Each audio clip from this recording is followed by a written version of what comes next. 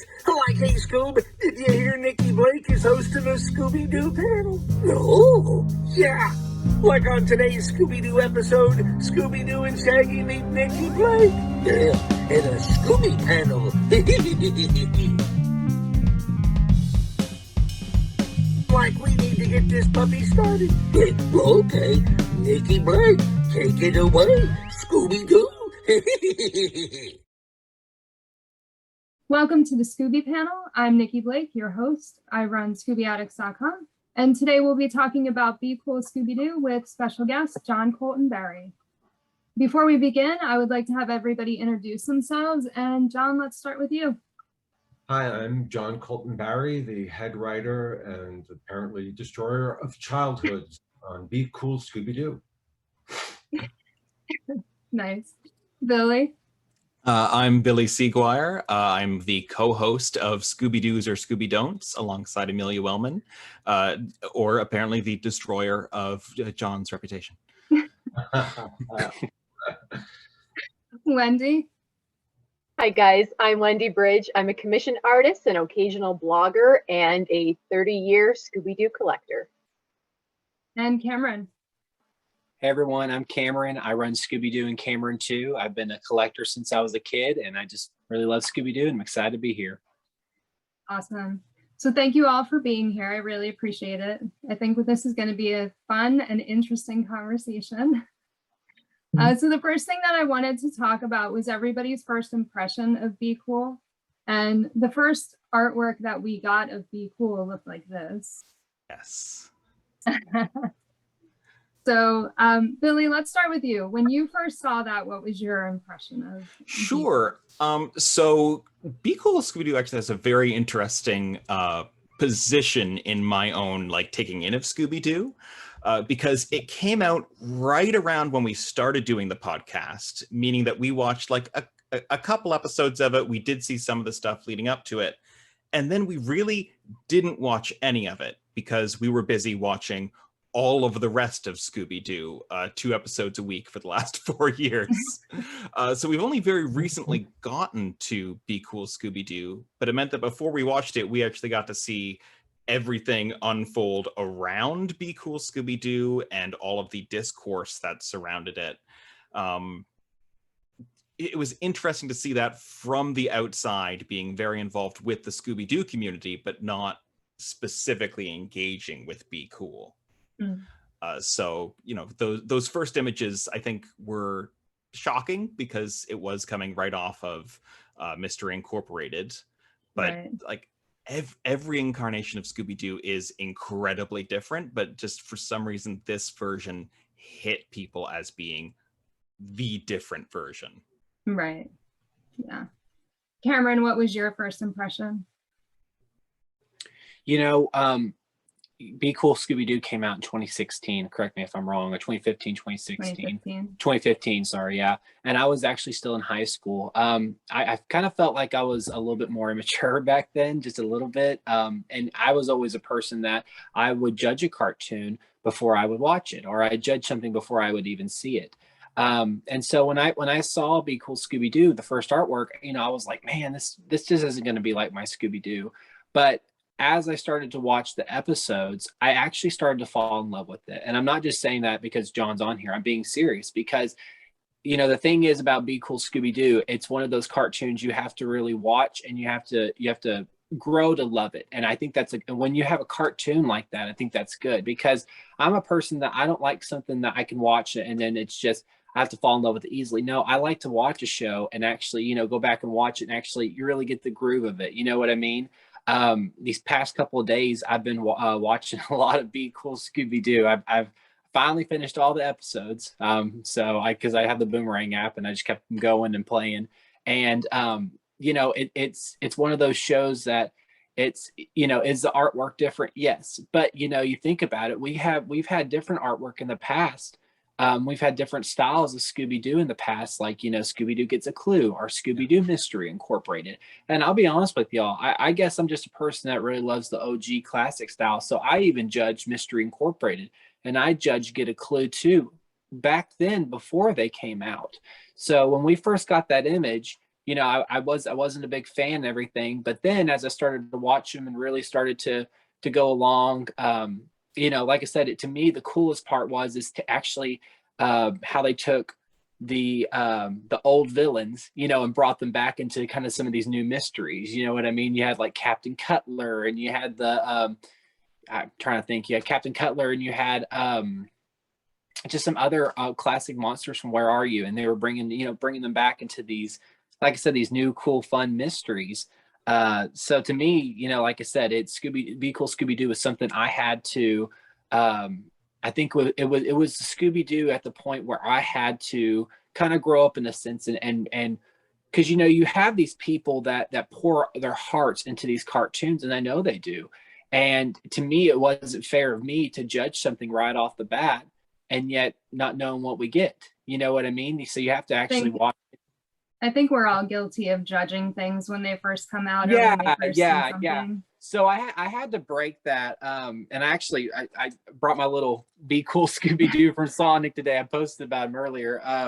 But yeah, so like I said, it's when we first got the image, wasn't a big fan, but like I said, it was kind of one of those moments where I was judging a book by its cover. But when I started to open the book and really started to watch Be Cool Scooby-Doo, I was wanting more. And then when I got to the very end of the last episode that was created, I was like, no, there has to be more. I want more. I want more of a storyline. So it was, but yeah, so that's kind of where I fell along the spectrum of when the first image was released. So for me, I think the very first image was a picture of just Scooby by himself. And my first thought was they broke Scooby. So yeah, when I first saw the artwork, I was not thrilled about it, but we'll get into how we feel now about the show later. Wendy, what was your first impression?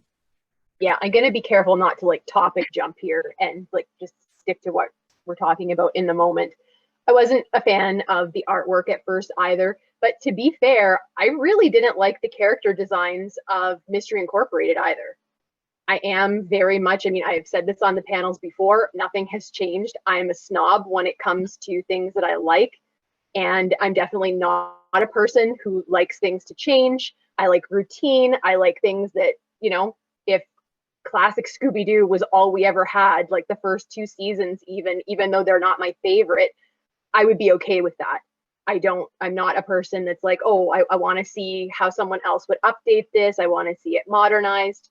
That doesn't mean that I can't appreciate it, but that is something kind of like what Cam said that I feel like everyone needs to learn to do. And me at nearly 35, I'm still learning how to do it. And that is tell the difference between, does this have no merit? Is it bad? Or do I just not like it?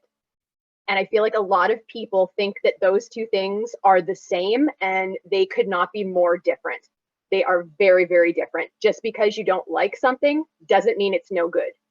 And it's hard though, as a human being, you have opinions, you have likes and dislikes, and it is very easy for your initial response to things to be like, ooh, that's not what I like. I don't want it. So I don't remember exactly when I started watching it, if I was watching it like as it was airing, or if it was a little bit after it. If it was after, it wasn't a huge amount of time. You know, like there are things that I've watched to film these panels that are a decade old that I had never had any interest in watching. But Be Cool Scooby-Doo was not one of those. I watched it very close to when it aired. And I hope that anybody who is watching who had that initial feeling of, oh, I don't really like this art style, if you haven't watched it, you really should.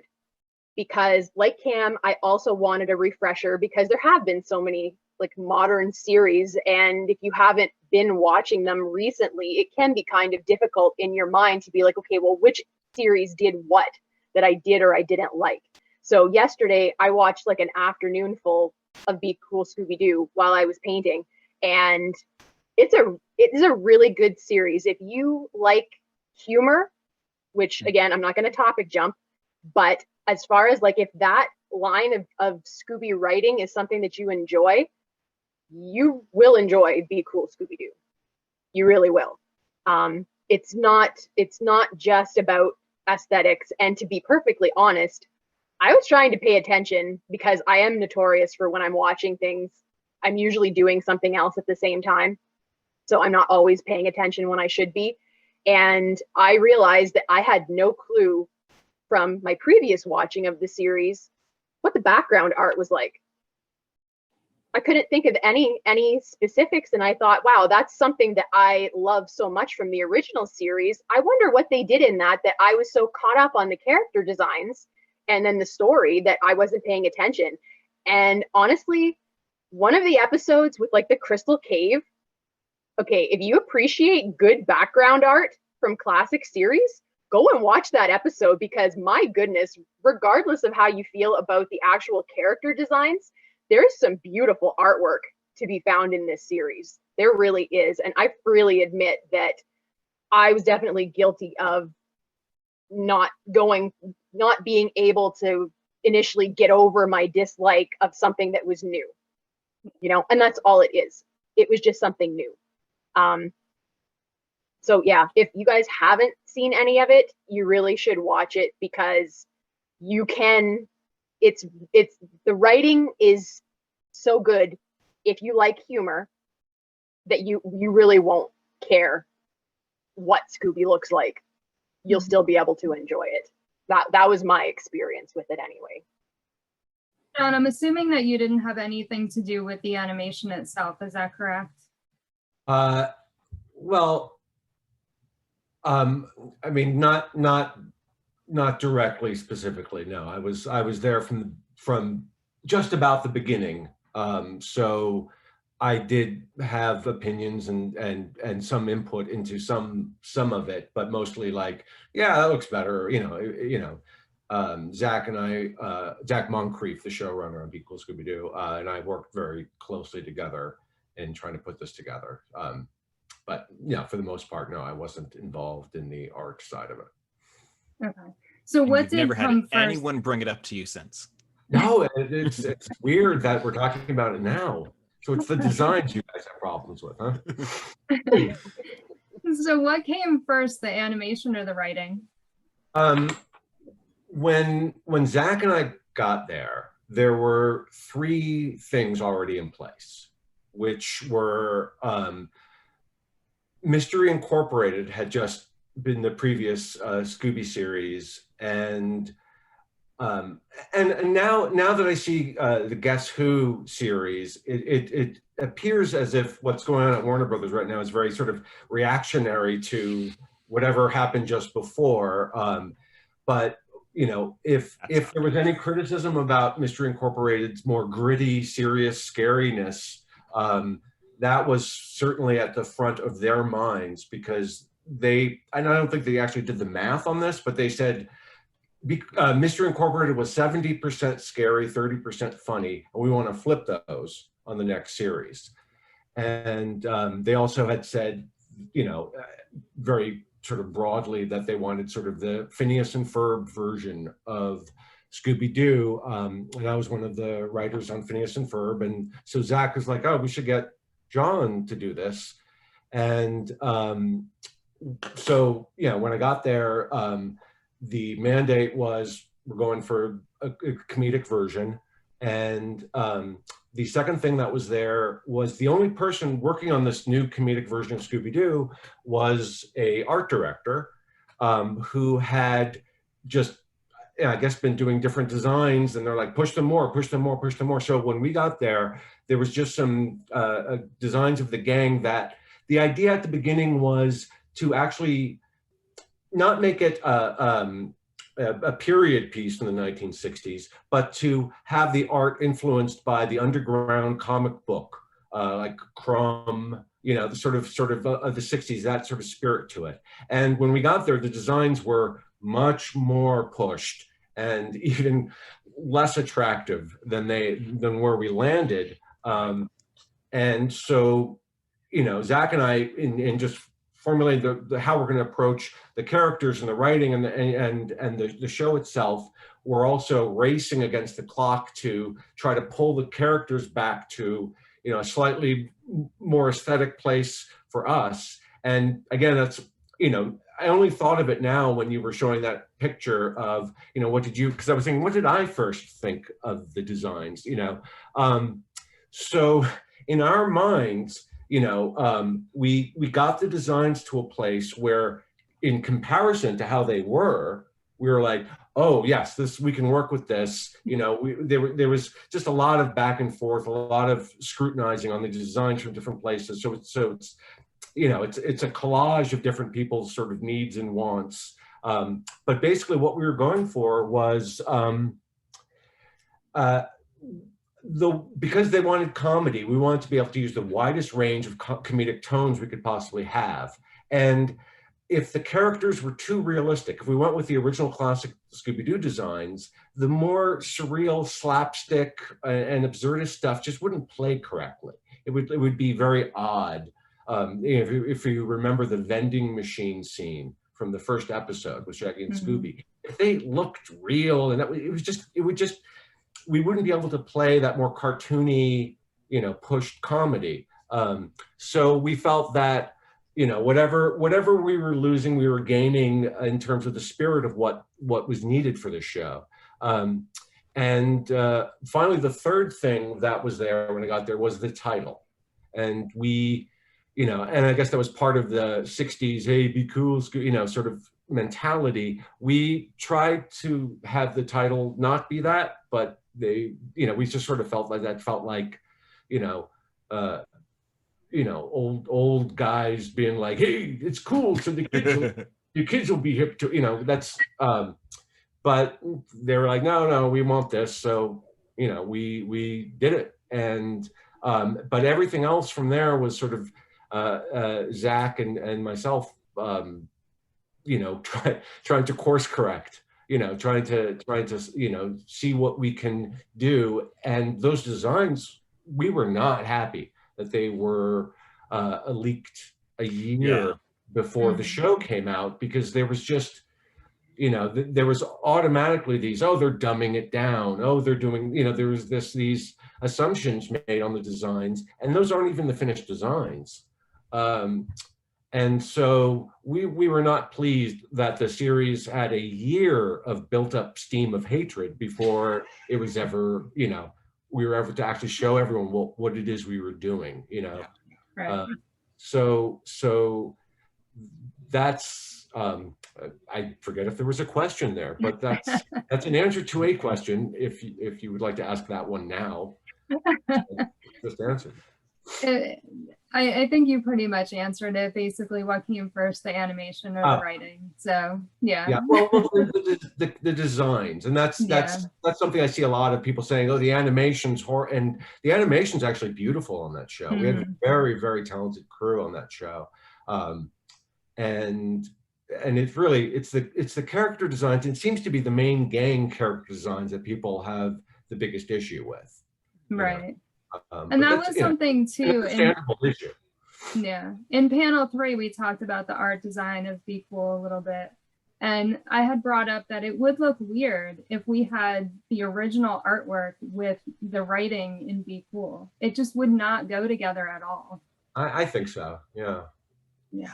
I don't know. I think it could have worked. I think it probably would have felt different, probably more attuned with what they were doing, like 90s Cartoon Network, where they were taking like literally just the exact character designs, but then bringing it to wildly different tones. It would have been like some Harvey Birdman kind of stuff, or yeah, less Harvey Birdman, but more like in that vein. But a lot of the like bumpers and stuff that like the crews were allowed to do just without Warner Brothers watching it, really. You know, but that's, you know, it's using those resources, but also the lack of corporate oversight that happened back then, which I'm sure you would have killed for at the time. Yeah, I mean, we also, you know, I look at that show and, you know, now at a distance, I'm much more appreciative of what we actually got away with, the freedom that we had to make the show we wanted to make, you know.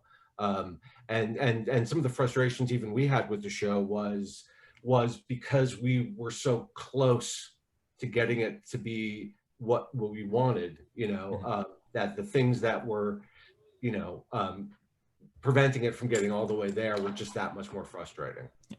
Well, if you look at the way that like Scooby-Doo series as a whole have sort of been produced, they do sort of bounce between this very like traditionalist and experimental modes. Like you have What's New Scooby-Doo, which is as traditional as it gets, to Shaggy and Scooby Get a Clue, back over to Mystery Incorporated, back to Be Cool, and now Scooby-Doo and Guess Who, which is it's just a remake of the new Scooby-Doo movies. And then, don't you think that's fairly important, though, and essential, that we have these little vacations from the classic sort of Scooby-Doo thing, where we take chances and risks and we push on it and pull on it, because I think it not only informs the series as a whole and makes it much richer, and you know, new ideas get carried along, you know, through it, the ones that sort of stick and the ones that people sort of enjoy. But it makes people appreciate when they get more traditional, you know, or they appreciate, you know, oh, you know, I don't want to watch Guess Who because it, like you said, it's, you know, a remake basically of the, you know, 1971 sort of Scooby-Doo shows. But so someone might not be interested in that, but they might be interested in a new take, or they might not know the old one, you know. It's important, yeah? Yeah. Oh, yeah. You're not going to have creative health of a franchise without that. Yeah. Yeah, You no. also have people that don't like the original because they grew up with a different series. So to them, the original is boring and plain. So I think no matter what, every series has its critics and every series has its fans. And, you know, you're right, John. Doing different things with the series, making the characters look different, different writing. We need that, especially in order to keep the Scooby franchise going, because it will get boring if it's just the same old thing every series.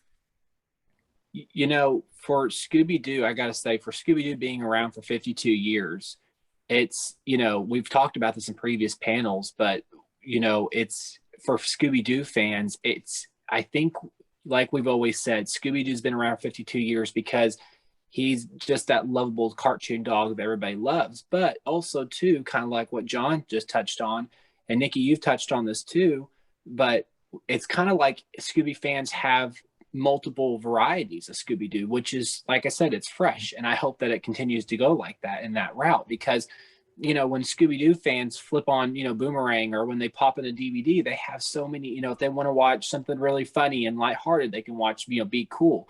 And if they want to watch something a little bit more darker and mysterious, they can watch, you know, Mystery Incorporated. You know what I mean? So, I mean, there's so many different series, so many different movie takes on Scooby-Doo that I think it's just, it's so important for fans to really plug into what, you know, which ones they love, which ones they like. Because I mean, I've talked to Scooby-Doo fans that are like, I love Scooby-Doo, but I like these series more because I've grown up with them. I think, you know, I can relate to them a little bit better.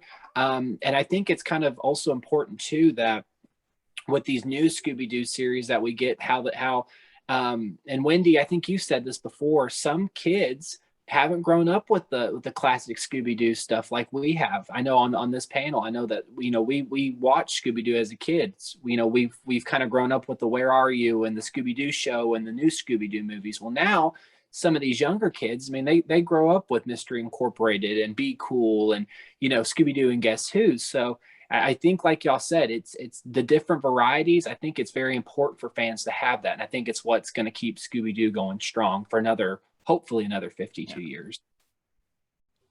Yeah, the clearest comparison that I make between Scooby-Doo, like all the time, I will say Scooby-Doo and Doctor Who have incredibly similar trajectories. They have these very well-defined eras that have taken them through 50 years. You know, so it's not the same series it was in the 60s. They both had dark periods in the 90s that led to some really wild creative things. But it's you know, it's important to have your 12 different flavors of Scooby-Doo. Mm-hmm. There's 13 doctors. That was rude of me. I'm so 14 if you count John Hurt, but let's not divulge. In talking about the different Scooby series, there's been a shift in making Scooby-Doo funny versus making it more serious. So Wendy, why don't you this was your topic, why don't you kind of run us through what you had in mind with this? Yeah, I just thought it was interesting to go back and start at the beginning in 1969 with Scooby-Doo, Where Are You? And look at each series as it went along, and to sort of notice this trend towards less scary, more funny, and less incidental humor and more deliberate humor. So again, because we are talking primarily about Be Cool, Scooby-Doo, I would venture to say that if deliberate humor, writing that is meant to be funny, not just, oh, it's clever writing and so you can get a laugh here and there, but writing that I think is meant to be funny. If that is what you're looking for, I think that Be Cool, Scooby-Doo does it better than anything that came before it and anything that has come after it. And I'm including not just series that have been written, but all of the movies, because correct me if I'm wrong, but I feel like they've had a direct-to-DVD Scooby-Doo movie every year for like the last 20 years, practically. Two times a year. Two? Okay, yeah. Yeah, so you're looking at there's a lot clockwork. Yeah, there's a lot of them, and they're all, I think that they're all quite good, and I still don't think anything is as good as the original, but they're very good, and some of them, they definitely do have that more humorous tone than classic series. But if you're looking for humor, no question, props to Jon. The writing in that show, it is funny. There was a moment in one of the early episodes where a bag of chips gets wet and Scooby is just heartbroken over these chips. And I don't even know why it was funny, but I couldn't stop laughing. And I am not someone like, I'm a stick in the mud. Okay. I freely admit that. I am a stick in the mud. I am the one that is like, don't invite me to the party because I don't like to party. I'm boring. I'm a grandma. You know what I mean?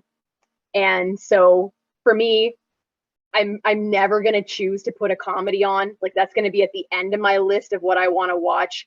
I don't really, it's just not for me. And I've been like that since I was little. Maybe this goes back to another being an only child thing, that I have no sense of humor. I don't know. I do have a sense of humor. It's just very particular. And when it comes to watching humor, I'm super picky. I don't find a lot of things that other people think to be funny. I don't find it funny at all. So not that I'm anybody, like who cares what I think, but just from my perspective, a series that can legitimately make me laugh is like a big thing for me, because usually that's just not the case. And there's no question, every single episode that I watched yesterday, there was something that had me sitting there like chuckling out loud. And I was like, what is this? What is this? This is not even the kind of stuff that I like. And yet the writing is actually that good. So, I freely admit that I'm sorry, but I am going to say this because I said this to Nikki earlier. It's the truth. It's not a joke. I'm very much someone who likes to watch things while I'm working. So that means that I need shows that are less about the visuals and more about the substance of the show. And Be Cool was a great one to put on yesterday, where I didn't have to be looking all the time, which I don't like the character design. So that worked out doubly good for me. But I just was like episode after episode, and I didn't want to stop because I didn't have to be watching it. It was written. I feel like a lot of shows, whether they're cartoons or not, they do leave a lot to the visual, where you're going to miss stuff if you're not looking at the screen, like important things, not just something that looks nice, but something that is actually substantive to what's going on. And it was great yesterday because they were saying enough things, and the way that they were saying them, I didn't need to see what they were doing. I could imagine what they were doing just from the audio, which I think that's actually like applause for that. That's not something that is done very well, I find, on any kind of a series. So I think that was really great. But I did notice that, going along in the different Scooby series and stuff, I feel like it started really kicking off in like the 80s with Boo Brothers, Reluctant Werewolf, Ghoul School, which I love all of those movies, but it definitely was transitioning into let's make it funny. as opposed to let's have them all playing it straight and we'll just work in something that can be funny too. I know I've made this comparison in past panels to Dark Shadows from the 60s, where the show was incidentally funny and that made it endearing to the viewers. You know, I'm sure there are a lot of people that think that show is terrible, but I love it. I would rewatch that series, and there's like something like 1,200 and some episodes. I would rewatch that in a heartbeat. I love that series. I love everything about it. And it's not meant to be funny. You know, it's a serious storyline, but very much like Supernatural, the series, where it is a serious storyline, but there's humor in it and it's well done. So you enjoy it. So I don't think anyone would ever call it a comedy, but there's comedy in it. And I feel like after those movies in the 80s, for me anyway, Scooby went from being a serious cartoon that had a lot of funny moments in it to being a comedy. Like now I wouldn't be surprised if I saw Scooby in like the comedy section instead of the mystery section at the store. And I personally, like, I appreciate, I'm not sure that there's anything that they've done with Scooby that I can't appreciate something about it. You know, like I said, I don't really need new things, but I can appreciate that other people like that. And I see ways that that is a beneficial thing for everybody. I don't really need it. I'm very vanilla. Give me a vanilla 1969 Scooby-Doo for the rest of my life, and I'm not going to complain about it. I don't get bored easily. But the humor is not really, it's not really my thing. So to see it transitioning like that, I'm just curious, and I really would like to hear what Jon has to say about this. If you think that there was a reason for them making that sort of transition from like straight mystery that had some funny moments to comedy.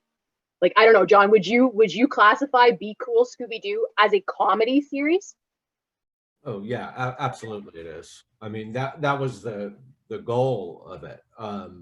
And I would imagine, I mean, it's interesting what you're saying, that the original had a laugh track on it, didn't it? I mean, Yeah. I don't know what they were thinking, if they were like, you know, in, you know, I Love Lucy, whatever old shows, you know, where they would have laugh tracks, or I guess some even filmed in front of live audiences, that you know, you put the laugh track where you think you have jokes, you know, and that sort of peer pressure idea of, oh, people won't find it funny unless everyone finds it funny. So we have these people laughing, and it's a very strange psychology behind it. But I guess apparently they thought, you know, that it was a comedy to put a laugh track on it. There were no serious mystery shows in 1969 that had laugh tracks on them.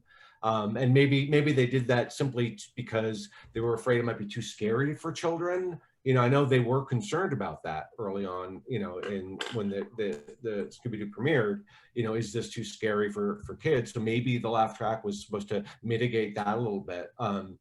But I think that Scooby-Doo sort of was I mean, Laugh Olympics, you know, like Scooby-Doo was always sort of a silly, the Richie Rich hour, which I don't want to remember. This was not, you know, heavy drama. So I think it was just comedy, but you know, quite honestly, these were just sausage factories pumping out product. You know, that doesn't mean that these people didn't work hard or there wasn't any great love or passion in. But I know, you know, some of these people who you know, worked in the 70s and drew or storyboarded or wrote these shows, and a lot of them are just like, yeah, we just, you know, deadline, boom, get it out. You know, there wasn't a lot of trying really hard to do anything. I mean, even the original, you see, you know, people talk about, and for me, it's you know, it's the nostalgic charm, and you know, it's a really fun show. But you know, like the criticisms Be Cool Scooby-Doo would get about, you know, does this mystery make sense? You know, I'm like, are you applying that to Scooby-Doo, Where Are You? You know, where Space Coop had a movie projector shot at the sky where you could see a spaceship onto nothing, you know, like these were not, you know, very, you know, well thought out mysteries that one could solve with the clues. You know, it's just sort of, you know, the context in which, you know, the show's formula sort of was developed. So in my mind, it was always just sort of a comedy show, but it might not have been up until, and then people, you know, maybe in the 80s, what you're responding to is just people sort of taking, because Scooby-Doo had sort of a gravitas and a weight to it by that point. You know, once you got out of the 70s, like, oh, we're doing Scooby-Doo and this is a heritage project. And, you know, so there was a little bit more seriousness put on it, like, and also from the studio, I'm sure, you know, we got to keep this thing going. You know, we got to actually pay attention to what we're doing here. We don't want to lose the franchise. So maybe a little bit more attention and thought was put into making Scooby-Doo what it has always been, but, you know, a little bit better or more different, you know, trying to play with it a little bit in the 80s. It probably wasn't until Be Cool Scooby-Doo that anyone at Warner Brothers actually said, we want a funny version. You know, it just sort of is what it was. And it was always sort of a very light sort of comedy show with mystery. And, you know, it's very uniquely Scooby-Doo, what it is, you know, its tone. Mystery Incorporated really yanked on that, you know, and you know, I really respect Mystery Incorporated for the chances it took. You know, I didn't think all of them were entirely successful. I wasn't totally on board with the intergang romance stuff, or you know, but I thought the idea of serializing the show that way, going for a darker tone like that was bold and was interesting, and you know, I give a lot of credit to people who are willing to stick their necks out like that and try something, you know, and I'm, you know, was happy I got to do Be Cool Scooby-Doo as a reaction against that, you know, and push it so far in the other direction. So yeah, I mean, that's sort of my take on that is I think Scooby-Doo sort of just was very organically always sort of what it was and evolved the way it did, until mystery. I mean, you know, Get a Clue obviously, you know, spooked some people, but it's such an island, you know. Yeah. Get a Clue. Get a Clue is of its time. Yes. Get a Clue fits right next to Jackie Chan Adventures, Shaolin Showdown, with like, this week we're going to get this medallion which gives us this power, and then we're going to defeat the bad guy. Like it's an island. It's a tangent. Yeah, it is, you know, like REM's Monster album, or you know, with these, like everyone who's jumping on the grunge bandwagon. It's that time period when everything was sort of like that. But Mystery Incorporated really was sort of the big one that got a lot of attention and sort of broke away from Scooby-Doo in such a big way that everyone was sort of paying attention again, you know. You know, again, Guess Who being a giant, you know, I guess attempt again to course correct and hit the reset button. So, you know, I'm very interested to see what comes after that. Billy or Cameron, do you guys have anything to say about Scooby becoming more comedic with some series? Or? Well, I mean, it's interesting because the way that we look at Scooby-Doo on our podcast on Scooby-Doos or Scooby-Don'ts is we look at it as a character-driven horror series from the beginning. The things that we look at it are like, okay, are these monsters scary? How are the gang reacting to them? And some of that is a push and a pull. It's definitely not what every series is trying to do, but we do try and look at it through that lens. And I know that we're on the record. Be Cool Scooby-Doo is not our favorite series. And I think that's fine. There are things in the humor that aren't our style of humor, and it doesn't lean towards that. But I will say, I think there are things that Be Cool does.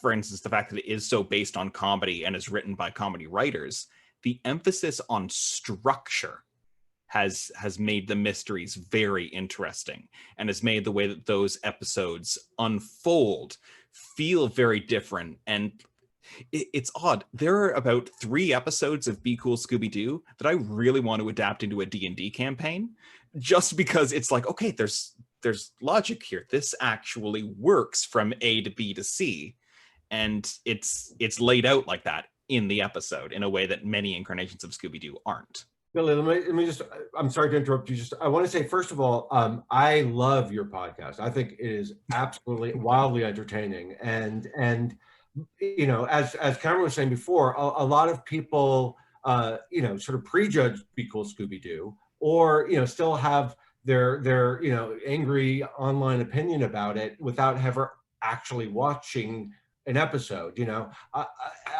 you guys are sitting there watching every single episode. You're really responding to the series. There's you know, and obviously opinions are, you know, there's nothing invalid about an opinion, you know, and your guys' opinion is informed. So it's a delight. Yeah, I think you guys are great. I have absolutely, you know, I don't take it personally if someone doesn't like the show, and you guys are trying to make an entertaining podcast, you know. So you know, I have no problem with that. And just the second thing is, bless you for recognizing and appreciating structure.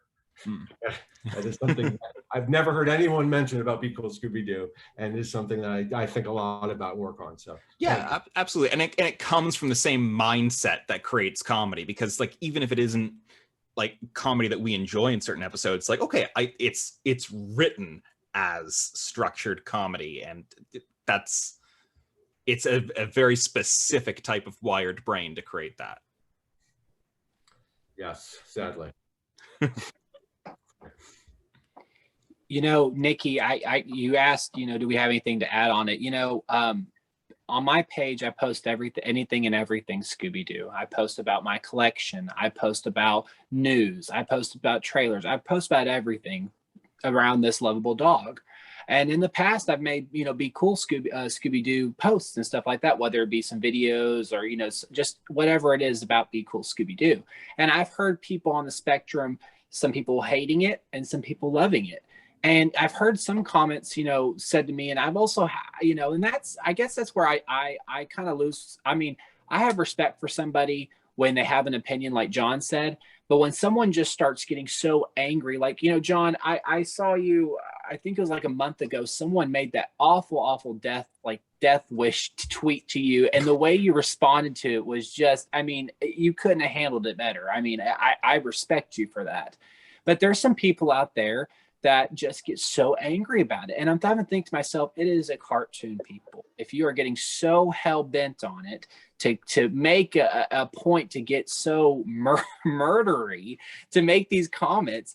But I've had people make comments to me or send me messages saying, you know, Scooby-Doo, they made it where it was just too funny, or it was just too much of a humor. And I thought to myself, well, no, I think Be Cool Scooby-Doo did well, because here's the reason.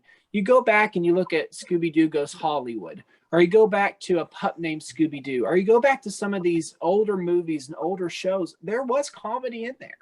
And y'all think about it. I know Where Are You and the Scooby-Doo show, some of those were darker, but y'all have to understand too, there was comedy in there. You know what I mean? I mean, it wasn't just a show. I mean, you go back and watch these episodes, it wasn't just darkness, you know, and the mystery. No, it wasn't. It was Scooby and Shaggy being goofy, or, you know, there was a joke here or there, you know. So, I mean, there's always been comedy in Scooby-Doo. Now, have I felt like there's been, you know, series and shows and movies that maybe highlighted on, you know, more things than others? Of course, yeah. But I feel like Be Cool Scooby-Doo and some of these other shows and movies, I feel like they found, and I sound like a broken record. I've said this on most of the panels, but it's having to find the balance. And the thing I love about Be Cool Scooby-Doo is, yes, there is humor, but there's also heart in it too.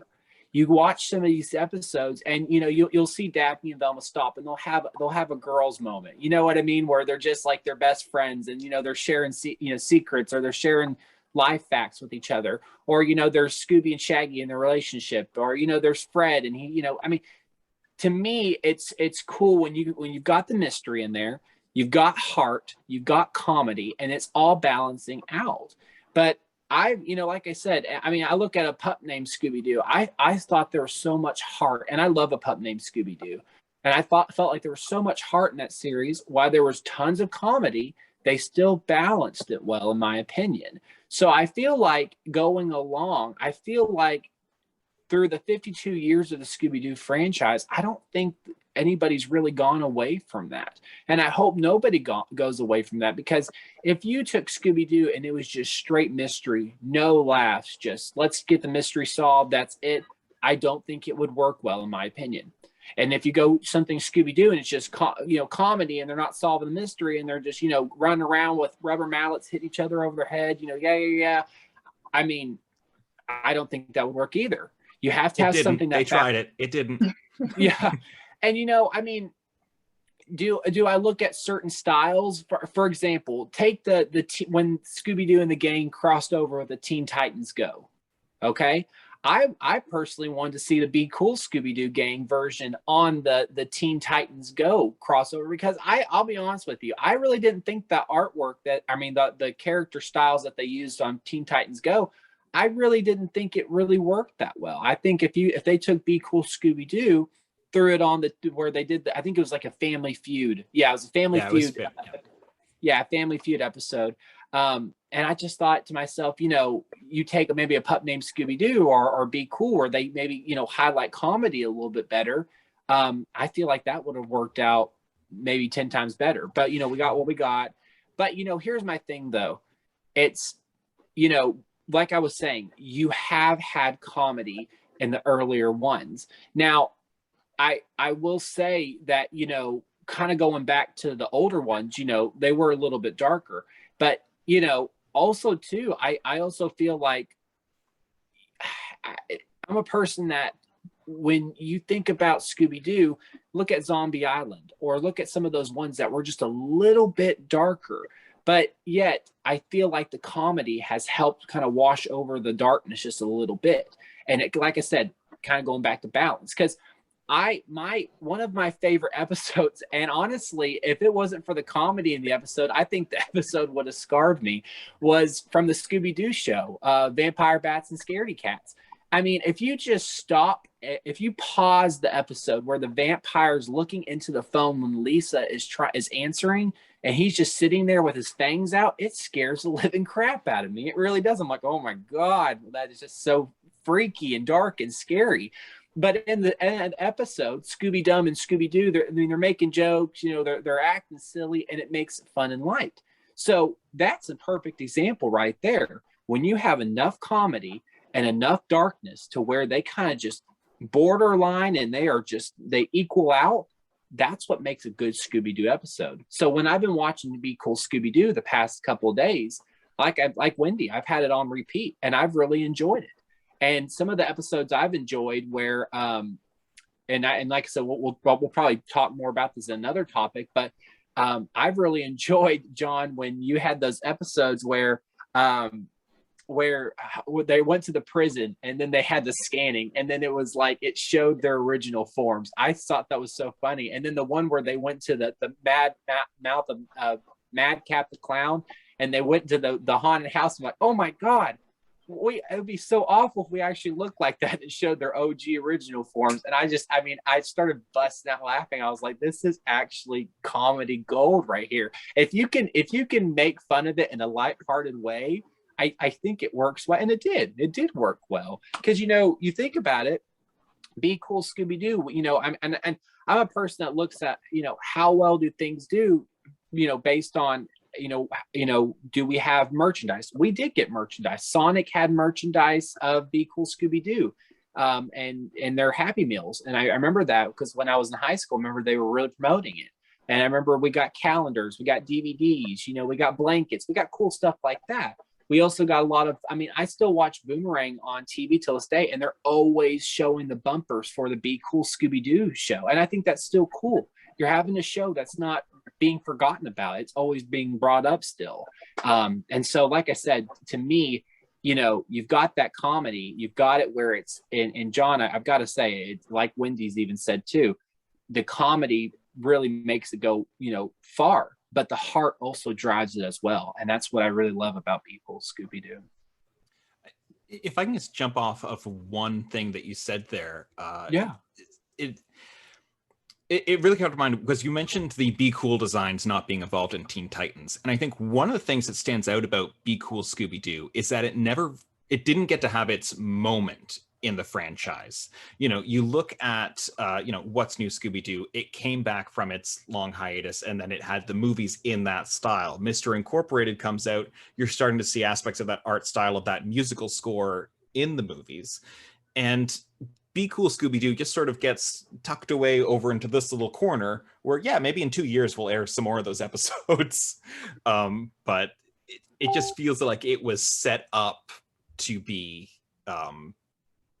this minor note. And maybe that's where, a corporate issue, it very much sort of straddles the line between broadcast and streaming as well, in terms of where it came out, or when it came out, rather.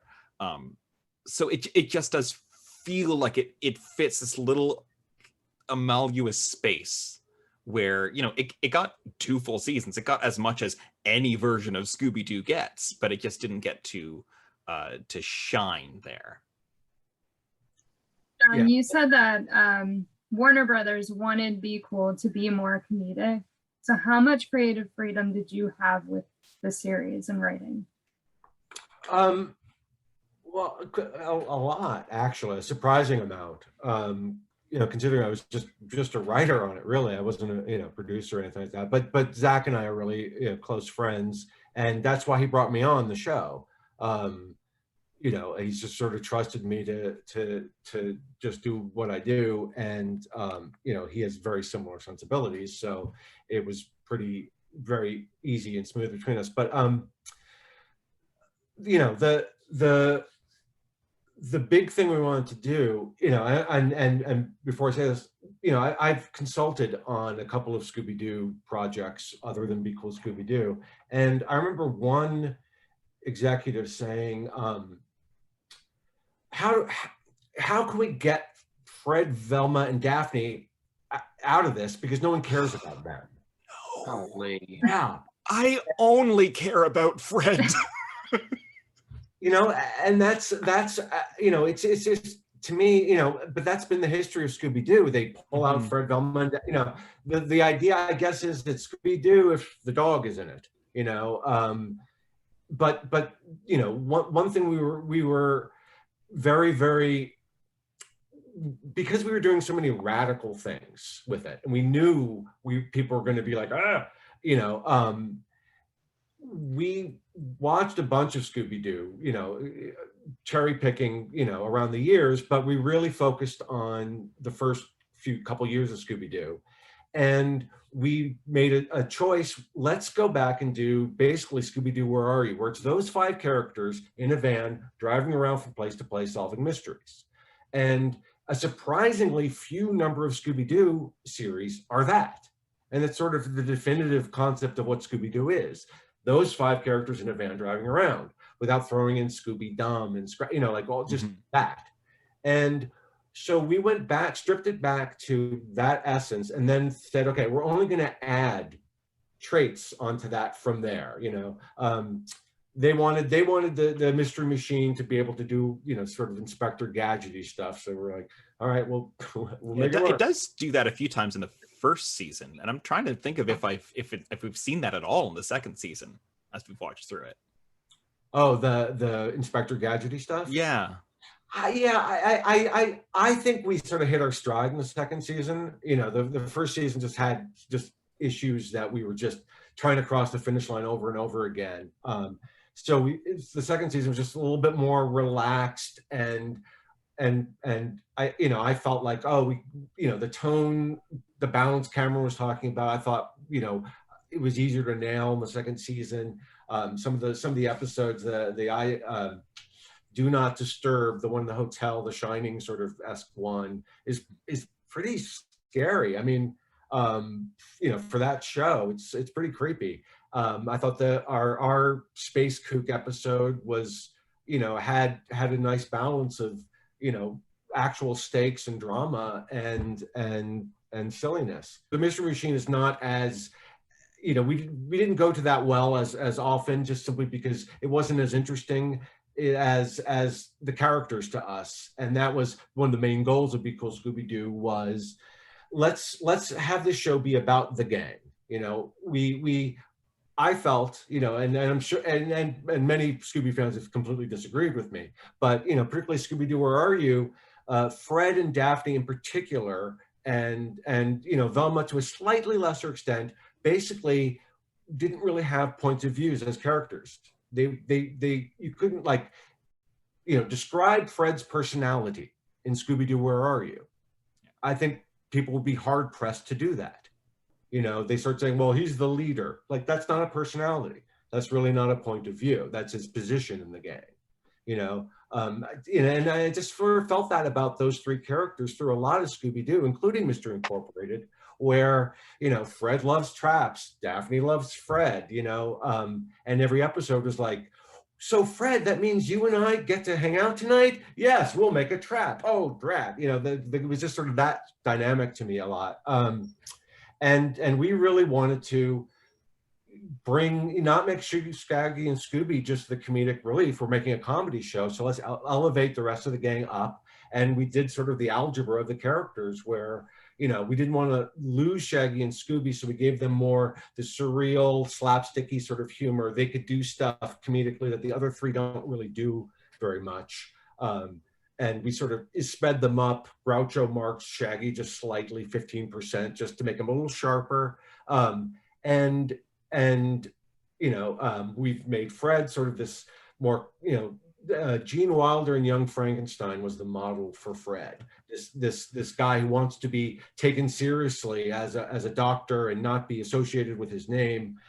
It's sort of this you know, he demands respect sort of thing. We made him, you know, so in my mind, I'm writing a young Gene Wilder when I'm writing Fred, which through the, you know, alchemy of the animated show with Frank doing the voice and the animation, you don't see any of that, you know, on the actual screen, fortunately.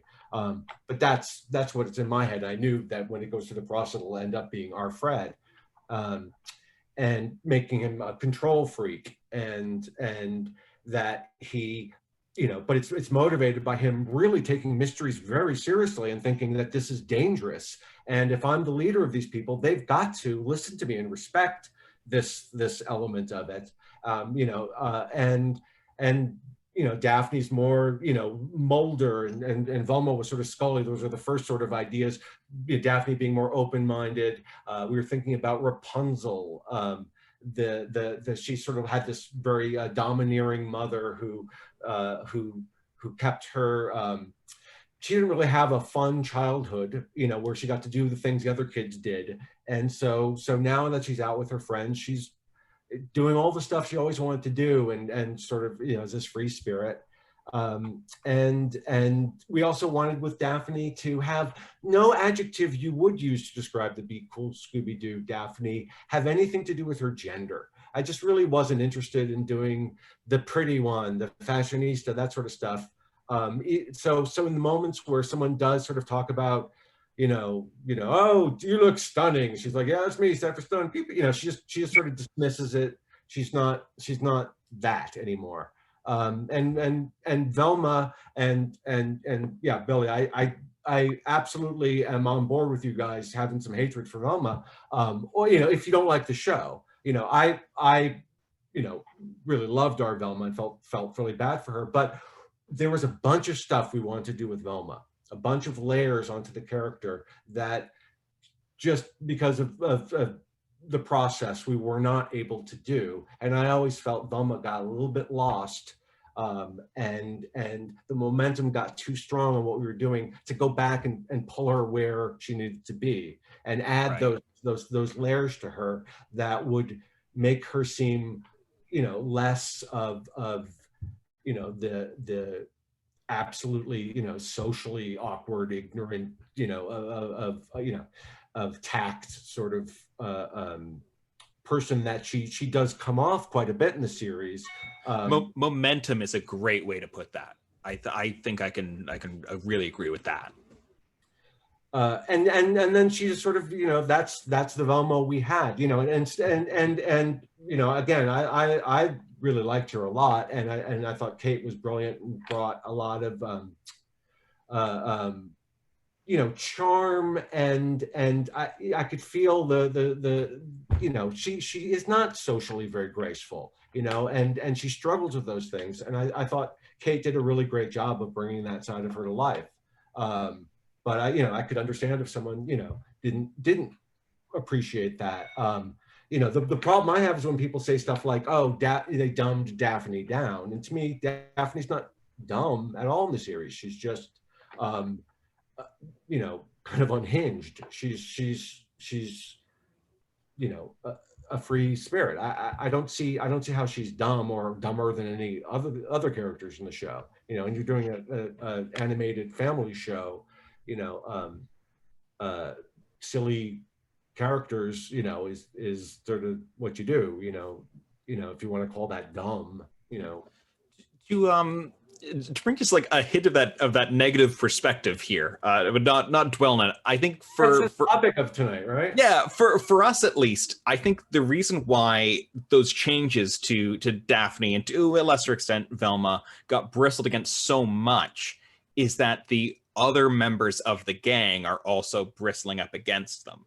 When Daphne does something that maybe the audience isn't 100% on board with, and Fred looks exasperated and Shaggy doesn't want anything to do with it, that this is the gang. And so if it just sort of makes them seem like the outsider pushing on that so much that I think the audience accidentally identifies with the character rolling their eyes at her rather than with her.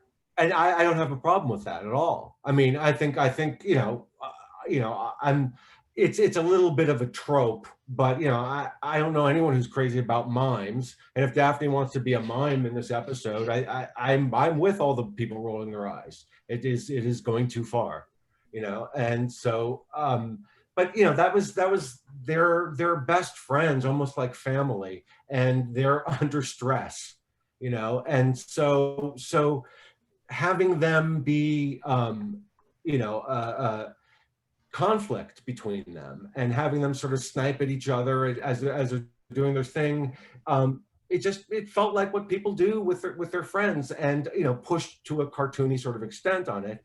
But you know, I hope it was clear to a lot of people that they are best friends. They love each other. It's, you know, it's just they're very different people, you know, and you know, you could say, going back to, you know, Where Are You?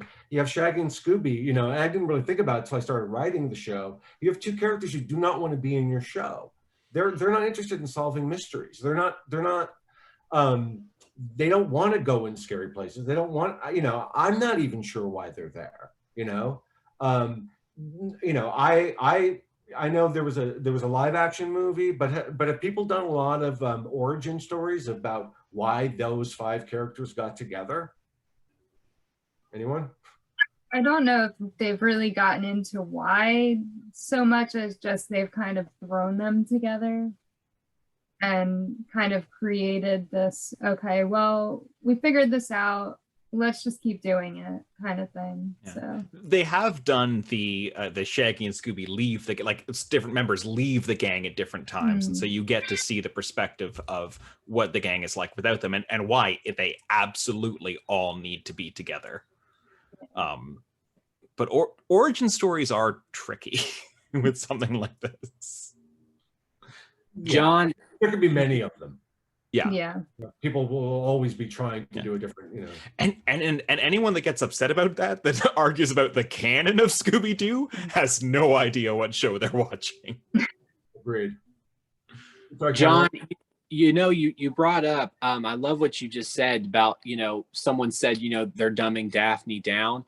You know, I will say I've got to be, I'm guilty because in the past, when I was watching Scooby-Doo, like for example, when I would watch Mystery Incorporated, I thought they kind of dumbed Fred down a little bit. You know, that's how I kind of looked at it. But then I started thinking, and some other Scooby-Doo fans brought this up to me as well, and I said I couldn't agree with this more. You know, you see the gang and like Mystery Incorporated and Be Cool and A Pup Named Scooby-Doo and these other series. And to me, you're right. They weren't dumbed down, because here's these 4 kids and this dog that were going around solving these complex mysteries, in my opinion. And to me, those are very smart, intellectual kids. You know what I mean? But when you have them where, you know, they want to be funny and goofy, it's like you said, they were under some stress. You know, they wanted to just be themselves. And like I said, they were teenagers, you know, they were, and, you know, everybody knows that teenagers, you know, express themselves in different ways. So is that, I got to ask you, is that how kind of you were looking at it in a way, kind of like, you know, they were smart kids, you know, that they could get the mystery solved, but they were just trying to express themselves. Is that kind of the route you were going to take? Because that's how I view it. I don't think they're dumbed down. I think they're just trying to express themselves and come into their own way, in a different way. I mean, we certainly weren't trying to make any of them. Oh my God, sorry. Trying to make any of them, you know, dumb in any way, including Shaggy, you know, right. And Scooby. I mean, we limited Scooby to 4 words, you know, per dialogue. You know, he can only say 4 words before someone else has to say something or enough time has passed. Which was an interesting and sort of challenging, but I think in the end, very good sort of restriction to put on it, because it made choosing those 4 words very careful. And I found the more erudite I made the words, so the funnier it was to me. I enjoyed having Scooby, you know, just being sort of witty a little bit in that voice. It was just fun. But he, you know, he could be snarky or whatever. But so, yeah, we certainly did not want them to be stupid. But again, when you're doing silly comedy, broad comedy, lots of different kinds of comedy, it's very difficult. You know, it's you know, was everybody on Seinfeld stupid? You know, I don't know. They did lots of silly, stupid things sometimes, but you know, in sort of broader, you know, comedy, that's what's going to happen. You know, I think it's sort of a heightened reality, and you know, I think what people were reacting to mostly is just the difference.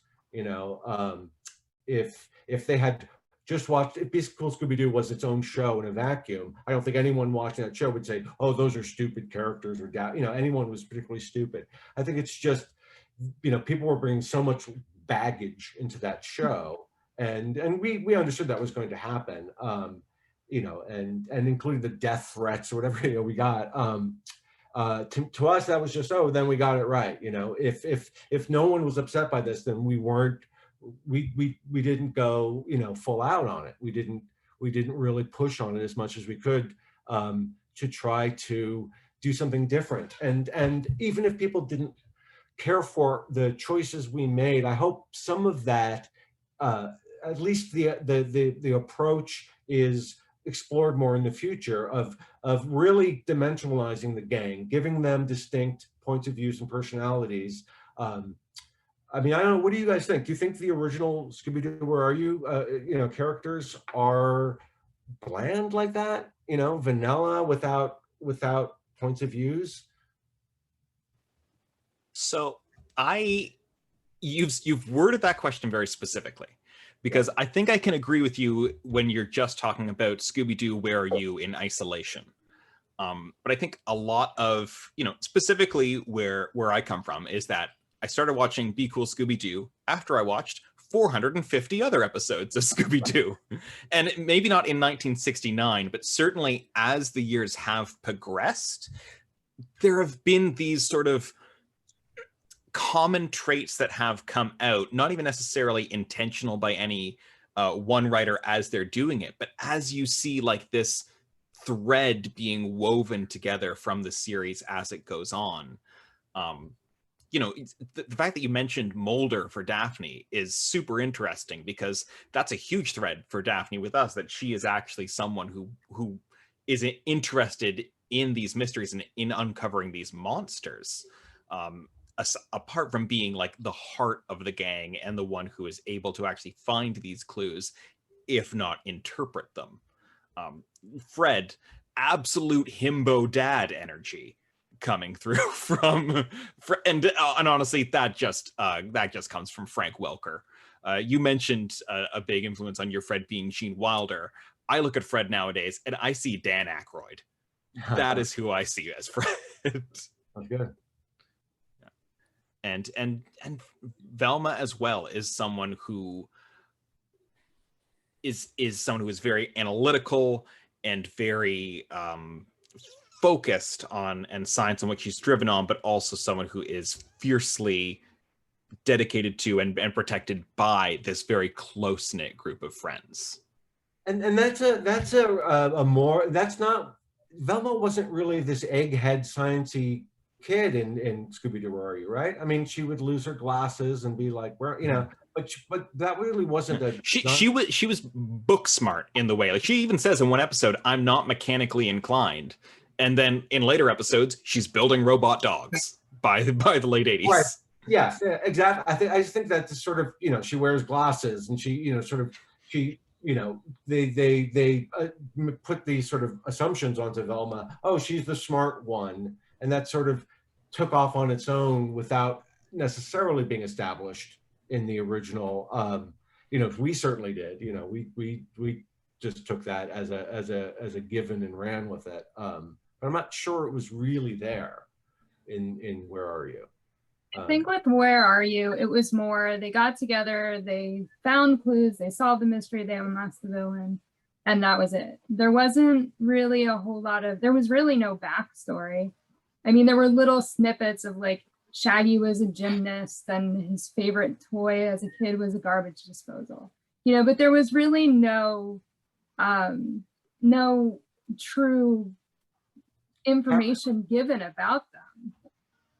And that, you know, for us, we wanted to make a show where it was not only about them, but one of the characters at least would have a personal stake in the mystery being solved or not being solved. So to tie them as characters into the plot, so they actually have, you know, more motivations and we can play with character more than normally, just like you said, where they're just disconnected from, you know, the mystery and are just trying to solve it. By making at least one of them have personal stakes in it, that created, you know, just more story potential for us and more interesting and, you know, and potentially funny places to play with it. It gave us conflict, like the old, you know, theater and drama adage that drama is conflict. You know, you need conflict. And so we, you know, created a gang who there was internal conflict and conflict with the rest of the world, you know, just sort of building those conflicts to get interesting stories and comedy, hopefully. That, you know, we knew wouldn't work for everybody, but now my computer's doing. All right. Anyway, yes, that. But we're supposed to be talking about negativity, right? We haven't. Yeah. So let's get into the negativity. Before we start talking about negativity surrounding Be Cool, because there's a lot of it. Has anybody had any experiences with their own like pages, podcasts, whatever, with people just sending you negative comments or emails or anything like that? Cameron? Yeah, so when I very first started Scooby-Doo and Cameron Too, I got a lot of death threats. I got a lot of people being very angry with me. And then you know, there were certain things I ventured out on, like, for example, Will Davenport, he helped me do some artwork not too long ago, it was like a month or two ago. And I got some very, very dirty, nasty messages about that artwork. People were saying, I'm not a part of the franchise. I need to stay the hell out of it. I had people saying, you know, you shouldn't be in that picture. You're ruining it. The picture's great. But I just had a lot of negativity about it. I also had a lot of negative people just come at me at my page saying, you know, how old are you, you know, and you're still love Scooby-Doo and you're running a page and do something better with your life. And why are you collecting Scooby-Doo? And And even from a previous panel, Nikki, we talked, I'm a person sometimes if I like to collect Scooby-Doo. So sometimes if I like something in package and I really like it, I'll buy 2 of them and I'll open up one and the other one I'll set up on my shelf. Some people get so hell-bent angry at me. And here's my thing. I'm not breaking any laws. It's out there for everybody else to buy too. I'm not taking that chance opportunity for anybody. When I started Scooby-Doo and Cameron Too, I always felt like Scooby-Doo was a part of me. And so that's why I titled it Scooby-Doo and Cameron Too. And people call me Cam. So my @ sign Scooby and Cam. I do it so I can show people my love for Scooby-Doo. I like to share my collection on there. I also act as a news page as well. I like to connect with people. Like, I'm so excited I get to connect, with Jon today. Jon, I've never met you, so I'm glad I get to talk to you and connect with you.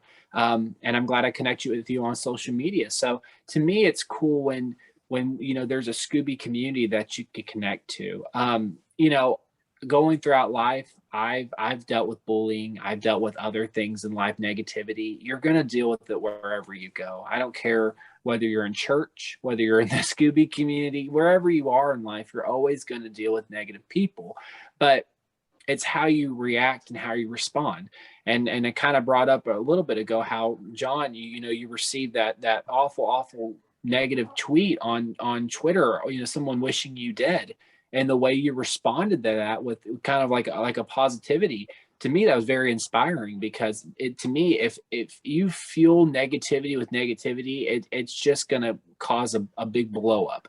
But my thing is the way you go about it and how you diffuse it. And honestly, I've always been taught and raised as a kid, how's somebody going to look at you? When someone looks at my page, I don't post anything bad on my page, because I have people who are 50 looking at my page, to parents and kids, that are looking at my page. So I always try to stay positive. If someone makes a negative comment or a nasty comment, I tend to delete it if it's really, really raunchy. But if it's constructive criticism or somebody just has some beef with me, I don't mind talking to them about it. But yeah, I like I said, I've dealt with it. To me, I know Scooby-Doo is not real. I know he's a cartoon dog. And does he bring happiness to me and fans all over the world? You bet. Do I have a love for him? Of course I do. I run my page so I can bring happiness to others. I'm not funded by Warner Brothers. I don't get paid to make posts. I do it because I love it. I do it because I'm able to connect with people. And I can't tell you what makes me smile the most is when I have parents message me saying, hey, my kids were having a bad day. We went on your page, saw your stuff. Thank you so much for bringing a smile. And when I get those messages, it brightens my day to know that I made somebody else happy. So like I said, you're going to get negativity here and there. I'm a person where I can give you constructive criticism, but I'm not going to bash something. You know what I mean? I'm just not a negative person. I don't want to go throughout life being mean and negative. I don't want my reputation to be that. So to answer your question, Nick, yes, I've received it, but I kind of give it right back to them. I just kind of try to take a positive approach to it. So I'm just curious. I destroyed Scooby-Doo, so I understand why I would get death threats, but why would someone want to kill you? I mean, what is the reason why people were giving you death threats? Some people were saying because I bought too much Scooby-Doo stuff. I have too much Scooby-Doo stuff in my collection. Some people say I'm too old and like Scooby-Doo. Some people say so therefore deserve to die. That was yes. That's my thing. When I very first started, it was like right off the bat, death threats, and I don't know. I can't fathom someone wishing somebody dead over something. And I'm just a person where, I don't ever talk about politics, but, I've honestly felt bad for people in politics, like, former presidents and I'm just saying people in the past or people wherever, people wishing death threats upon somebody. I'm thinking to myself, you may not agree with something somebody says, you may not like something somebody's doing, and you can voice that, but to wish somebody dead, and somebody's wished it upon me more than once. So I don't know. And John, I guess that's where I said it was very inspiring to see how you took on a death threat, because I've taken on negativity in the past, but I've never taken on death threats before. Now I have. So guess I can mark that off my bucket list. We got quite a few. But again, I know you understand. Everyone understands it's the cowardice of online behavior. The people hiding behind the bank robber mask of anonymity of they can say stuff they would never have the courage to say to you directly to your face, right? Yeah, and there's been a lot of times where I will joke around with someone who's being particularly negative, and they will private message me like, "Oh man, I'm so sorry. I had no idea you. I really, I was just like a lot, Right. And I'm like, no, I don't care, Right. But it's a very specific sort of online sort of thing that there's no societal norms or rules yet really that are being established or enforced in on the internet. So it's people are free to act on their worst impulses, and I'm sure there's something exciting about the taboo of that and whatever it is, but it's not real. Right. People don't really feel that way. Mm-hmm. It's bullying, but in the most cowardly way. It is, and I've also had to be very careful too. I have a YouTube channel, and I do a lot of unboxing videos when I order something Scooby-Doo in, and I'll unbox it, talk about it. And one day I didn't know I did it, but on one of my unboxing videos, I flipped the package around, and I did it quick. But you can pause a video and see. But Nikki, I'm so glad Nikki brought it up to me. Nikki goes, "You've got to be careful, and you need to put some black tape over your address, because God forbid somebody." And after Nikki told me that, it really scared me, because I'm thinking to myself, she's right. What if somebody did send? And that's my thing, John. And I'm glad you brought it up. Is somebody's not going to say this to your face, but it scares me with people nowadays, because some people just pop off and say these awful, hurtful, very negative things, whether it's a death threat or just negativity. But then you have people that will actually act on it, and I guess that's where it kind of scares me, because I'm thinking to myself, you never know what somebody's, what they're capable of mentally or physically. So I've had to really. Do I love my page, and do I run it as a fan page? Yeah, I do. But I have to be very careful in the sense of, when I make a post, I don't just double check it. I triple check it. You know what I mean? I make sure there's no connection to me, no connection to my family or friends. And I know it sounds goofy or silly, but I mean, I don't want anybody, my loved ones or me, getting hurt, so it's crazy how someone can take negativity and turn it into a very harmful and thing that can just destroy fun, you know what I mean, and destroy just something that's pure and good, you know what I mean. So that's, I don't know, to me it's just crazy. Yeah. Wendy, have you had any negative experiences? Not Scooby related, thankfully. No, I get lots of hate online, but never really about Scooby. There was, it's very, very mild. It's kind of ridiculous to bring it up in the context of what other people on the panel have had to deal with. The worst I've ever gotten, the only negative actually regarding Scooby that I've ever had online, was for Scooby's 50th anniversary. I changed my Twitter profile to be like a Scooby theme. And so I had a profile picture where I was dressed up a bit like Velma, with my stuffed Scooby and a pair of glasses and things. And I changed my display name from Wendy BRYDGE to the Night Ghoul, because the Night Ghoul of Wonder World is one of my favorite episodes. And I thought it would just be a cute Scooby related reference. But my username is Wendy Loves Jesus. And my profile bio is very much Jesus related. And someone who was also a Christian tagged me and I had quoted some, I don't know what it was. It was a quote by a former president. It was like a religious quote.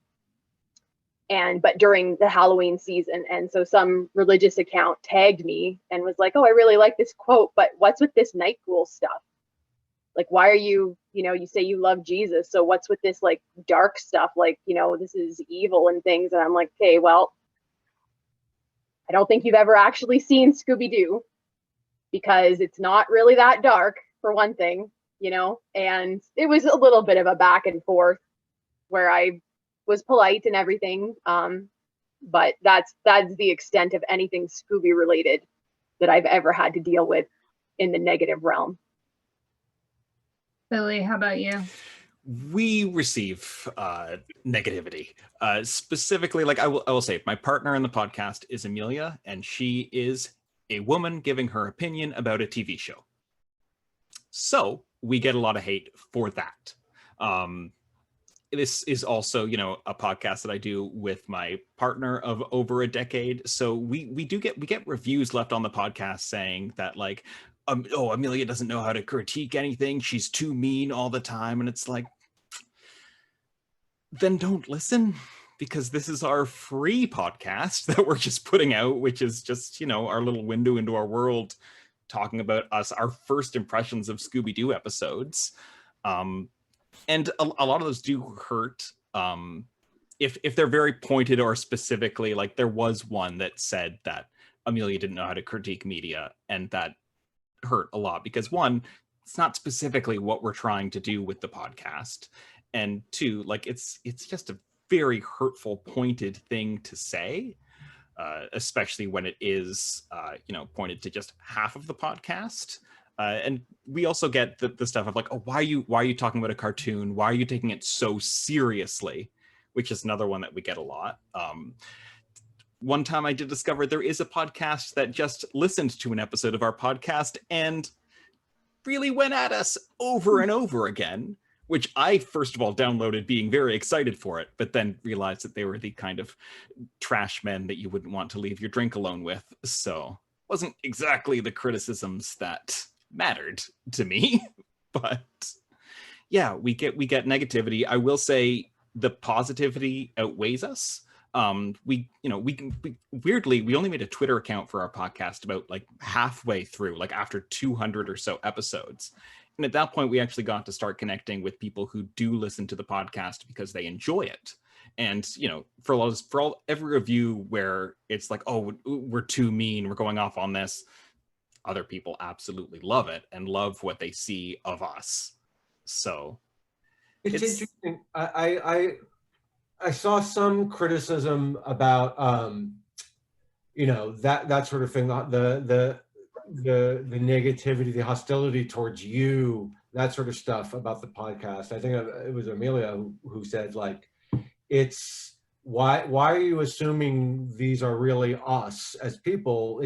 You watch a TV show and think the character the actor's playing has the same personality as the character. That was interesting to me, just because there are very few podcasts where the people on the podcast sort of chat the way you chat, but one of them, and it seems to be one of them, because you appear to me to be talking basically as you do on the podcast that I've heard. One of them is in character. Is that what's going on? I mean, to an extent. It's, I don't want to unpack it all, but the fact is, we're a couple who have been together for years and years.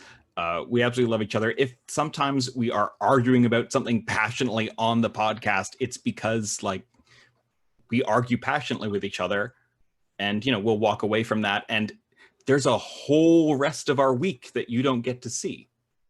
Right. So it may not be necessarily as much in a character as you're only seeing a slice of a person, and maybe to a heightened degree, because we're like, oh, this is entertaining to a level. Like let's play it up a little bit more as we're right. doing. Negativity as entertainment.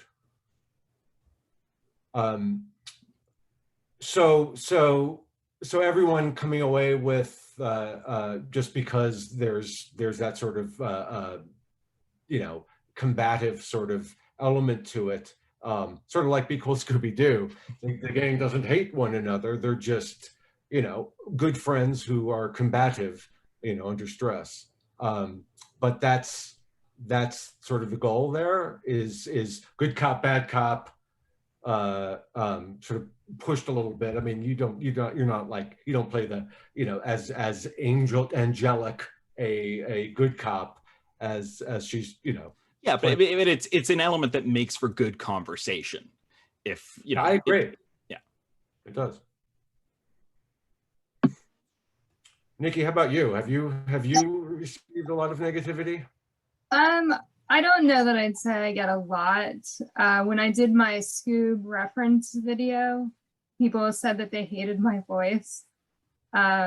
Somebody just recently told me to take my website down because they hate Scooby-Doo, like in all caps. And I'm just like, okay, well, don't go to my website. Like, why are you going there if you hate Strange website Scooby-Doo? to visit if you hate Scooby-Doo. Right. And then I have a guy that if I don't update my website immediately, he just starts cursing at me and telling me that I need to get this done. And I'm like, I have kids, I have a family, and I work full time. Like, I update my website when I can. And he's like, no, you need to do it now. Like, you're wasting too much time. I'm like, okay, whatever.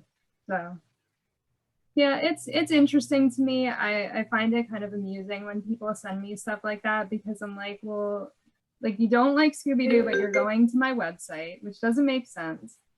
You've listened to part of my video. Like, if you don't like my voice, just stop it. But I did look at a lot of reviews today on Be Cool, and there are actually quite a lot of death threats, as far as like one person said that whoever created Be Cool should be shot in the head. And I'm just like, well, okay, like that's taking it a little far, you know? But yeah, although Be Cool is rated, I think it's 6.3 out of 10 on IMDb. So I think I expected the rating to be a little bit lower than that, but not because I don't like the show, but just because of all the negativity that I see online of it. Now, for me, you know, I didn't like the animation, but I loved the writing. I loved Phineas and Ferb. It was one of the only shows that my kids watched that I could handle. And, you know, I would sometimes be left in the room watching Phineas and Ferb, and they had left, and I'm just like, well, this is a great show. Like, I'm just going to stay here. But also my son, Be Cool was like the one series that he actually really liked. So he watched it with me the whole show. And so it kind of is a little bit more special to me, because you know, I would make him watch Scooby movies when I get them, and he's like, this is boring. I don't want to do this. I don't want to sit here. But with Be Cool, he was so into it. He'd be like, can we watch the next one? Can we watch the next one? And we'd be sitting there just binge watching the show. So that was cool. But John, let's talk about some of the negativity that you get. There was a big wave when the show first came out, and then it's just sort of been a numbing, you know, sort of semi-regular trickle of the same sort of comments over and over again, that, you know, an original insult is actually exciting now. You know, it's really nice to see someone getting creative and not hearing, looks like Seth MacFarlane drew it. Look, you know, oh, it's Family Guy stuff. Oh, you ruined my childhood. I'm not even sure what that one means. You know, we get that one a lot, that we've ruined their childhood. You know, we were trying to ruin their adult. Are you a child now as it's airing? Is this, you can watch other shows, child. Yeah, no, they're just saying somehow doing Be Cool Scooby-Doo has tainted their love from childhood or nostalgia of Scooby-Doo. We've destroyed it, forever ruining. I think that's what they're trying to say. But I was trying to ruin their, you know, old age or something, you know, like I was trying to be foresighted, but no, the childhood doesn't really make sense. We get that one tons. We get, let's see. It's really Seth MacFarlane, Family Guy, ruined childhood, you know, and then, oh my God, they dumbed Daphne down. A lot of dumbing down of Daphne, you know, and you know, Zach used to have the Family Guy lineup, you know, in his office when we started getting that one next to it, and you know, it's just the eyes, the double sort of eyelid thing on the eyes and the shape of the eyes. I think that sort of say Family Guy, but they're really not stylistically similar at all, really. So you know, it's you know, these are just, you know, very lazy, you know, easy negative things to say that, you know, I have to assume that it's somebody's hearing and repeating, as opposed to that many people coming to the same wrong conclusion over and over again. That these are sort of the fashionable things to say about it. I don't know. I mean, you guys are more objective. Do you think this looks like Family Guy? The show? I didn't think it did, but I can see where people are coming from, that it's, you know, kind of a weirder style. It's much more Family Guy than the classic designs, but that's right. You know, almost anything. Yeah, and it's also something about the way that things are digitally done, I think, in that the, you know, things look a little flatter as in the series. Yeah, and I can see that. And with comedy, you do a lot of proscenium sort of staging, you know, sitcom sort of staging. And we were doing, you know, it's more character-driven sitcom-y in Be Cool Scooby-Doo than it is in, I think, in any other iteration. So, you know, I guess I could understand, you know, why someone's brain could go there, particularly once the you know, lake has been poisoned with the idea. Once the thought gets verbalized, then that just momentum, and I think with Daphne, as far as being dumbed down, I think people see it more as she's quirky, and quirky people are maybe looked at as not being as smart. And I think that's why people think she's been dumbed down. Right, just eccentricity equals dumb or something. Yeah, probably. With just that little hint of misogyny. It's just incorrect. We get Fred as dumb once in a while, but not as often as Daphne. And yeah, I think there is a very, very sexist sort of a thing about that. The idea that you know, Daphne's actually almost bulletproof in a lot of ways. Her self-confidence and self-esteem is very high, and she does what she wants to do, and she really isn't bothered by, you know, anyone's opinion. And you know, some people, you know, I think without even consciously thinking about it, just would have a negative reaction to that, who are less, you know, evolved or whatever, you know, who aren't really thinking. And just that the show itself is so different, you know, like you said, people have their baggage. They came into it expecting the original or Mystery Inc., and we got Be Cool. And I think people just weren't ready for that much of a change with the characters. Mm-hmm. Yeah, and again, we did know this was going to happen. So I mean, you know, certainly the art being released a year earlier did not help the cause very much. Mm-hmm. And then the way the show was actually rolled out, very inconsistently, not on the same time, not at the same you know, for 2 seasons. I mean, it took 3-4 years for to finally air. That didn't help either. You know, there was a, you know, and it seems to me, you know, if you spend that much money making a show and doing all these things, you really can, you know, just throw it away that way, you know. But if you actually put the promotion and just program it, you know, wisely, an audience will find it. You know, surprisingly, a lot of people did find Be Cool Scooby-Doo, and you know, that's the counterbalance is the positivity, which the people who do really get the show and love the show really get the show and love the show, you know, and it's a smaller number, absolutely, but wow, are they vocal and are they supportive, and they are, you know, really, it's really rewarding, you know, because you do anything creative, you do any, you know, you put yourself out there at all, you know, you want, sure, if everyone loves it, you know, great.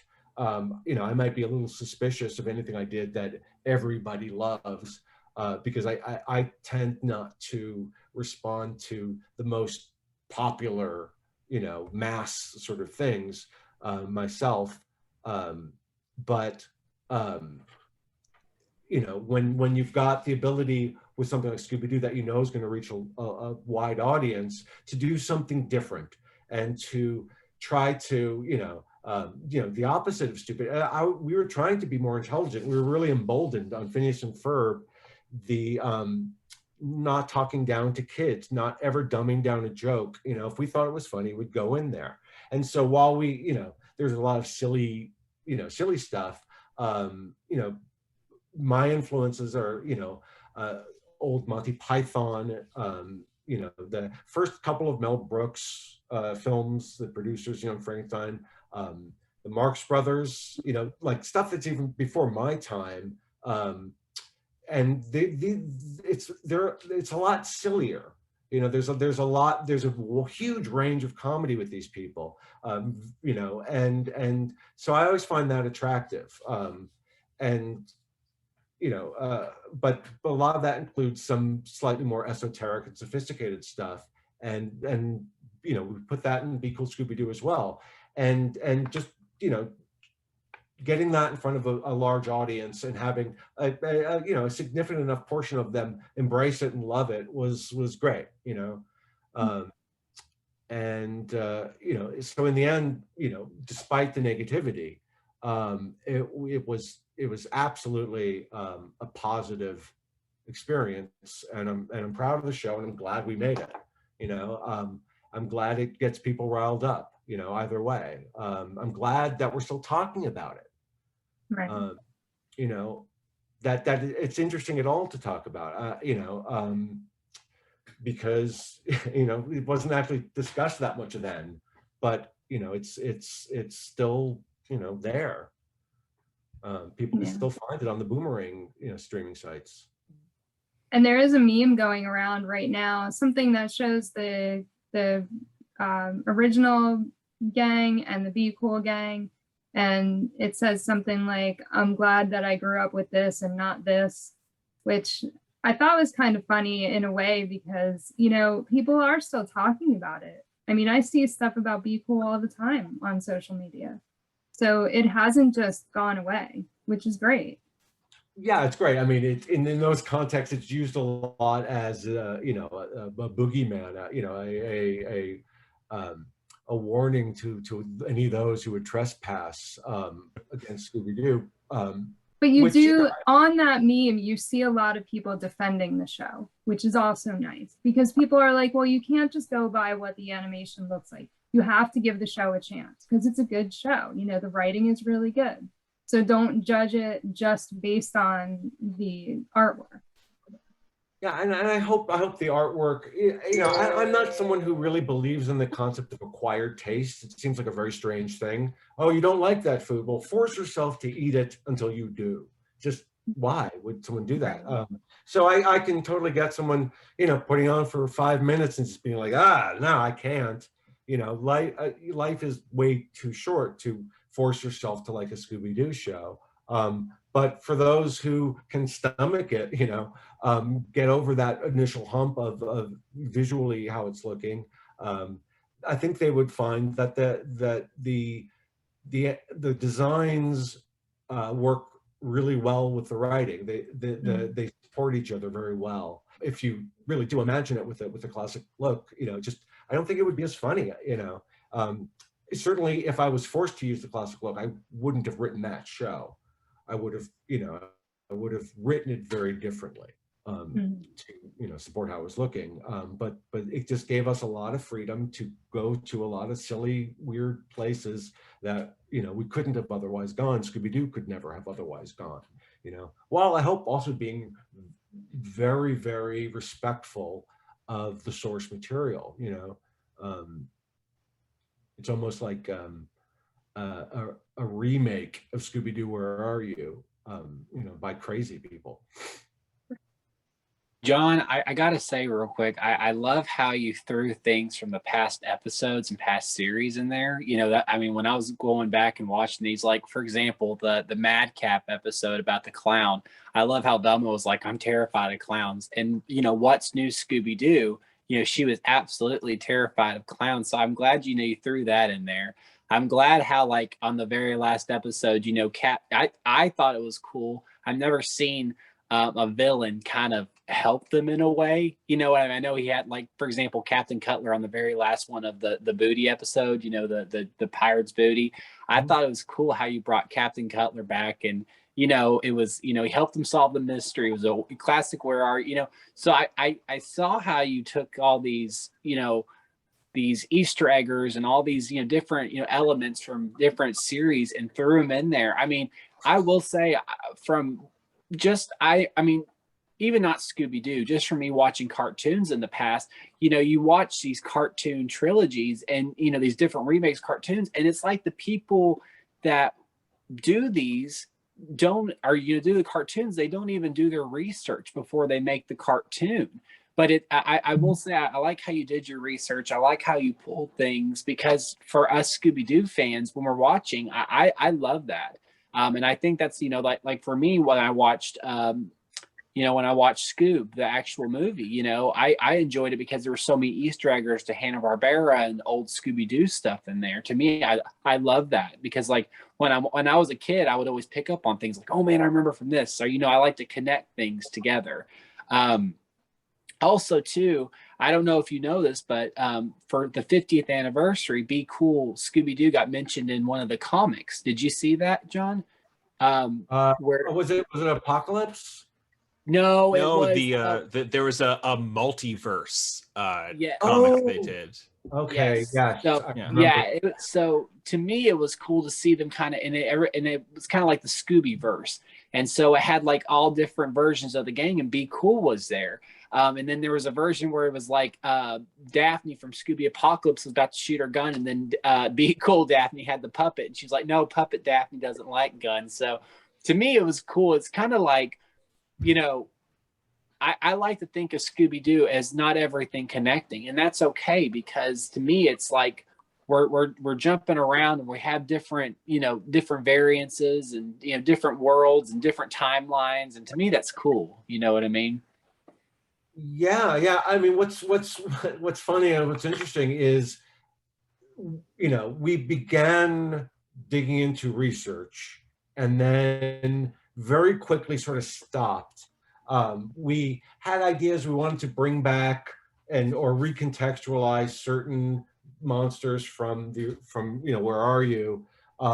When we thought we had an interesting story to do with it, we were going to do a Scrappy episode, the Halloween episode with the witch, was going to have Scrappy-Doo in it, our take on Scrappy-Doo, but the episode became too crowded. The Fred story, the story that was going on with it, was just taking up too much space to service bringing in Scrappy and really making it sort of work and rewarding. So we're like, all right, we'll do that later, but we never got to it.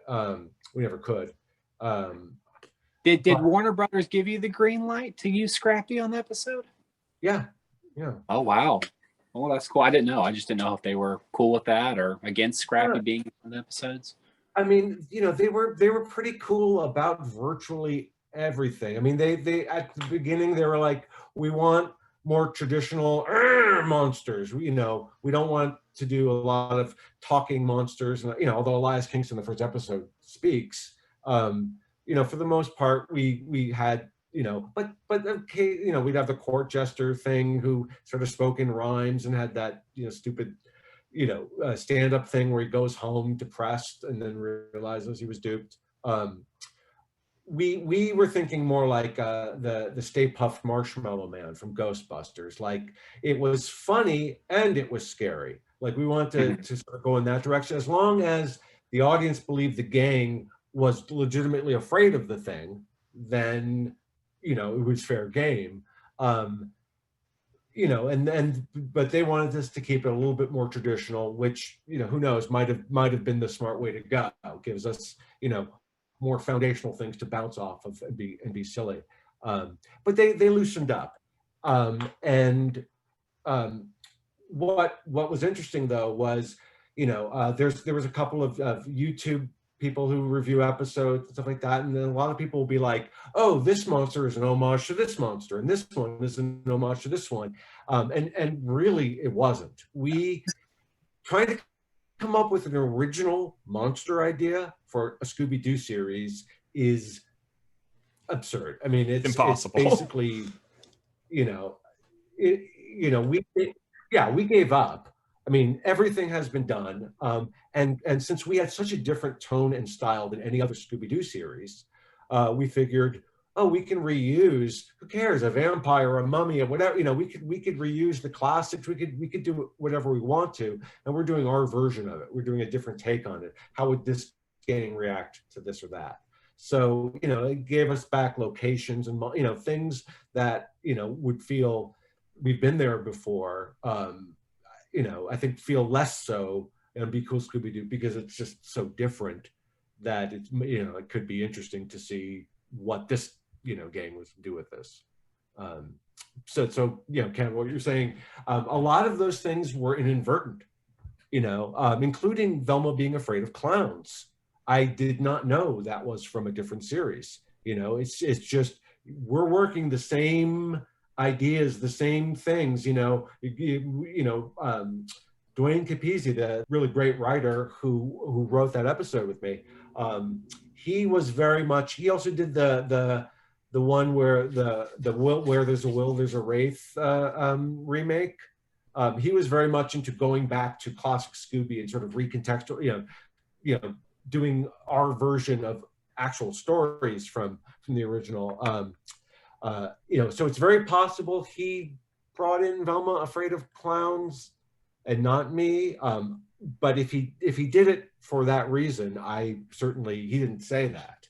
It's one of those things that kind of points to how strong the character archetypes are, that like as writers, you're trying to see like what you're going to riff off of, and like they're just lines that have been done before.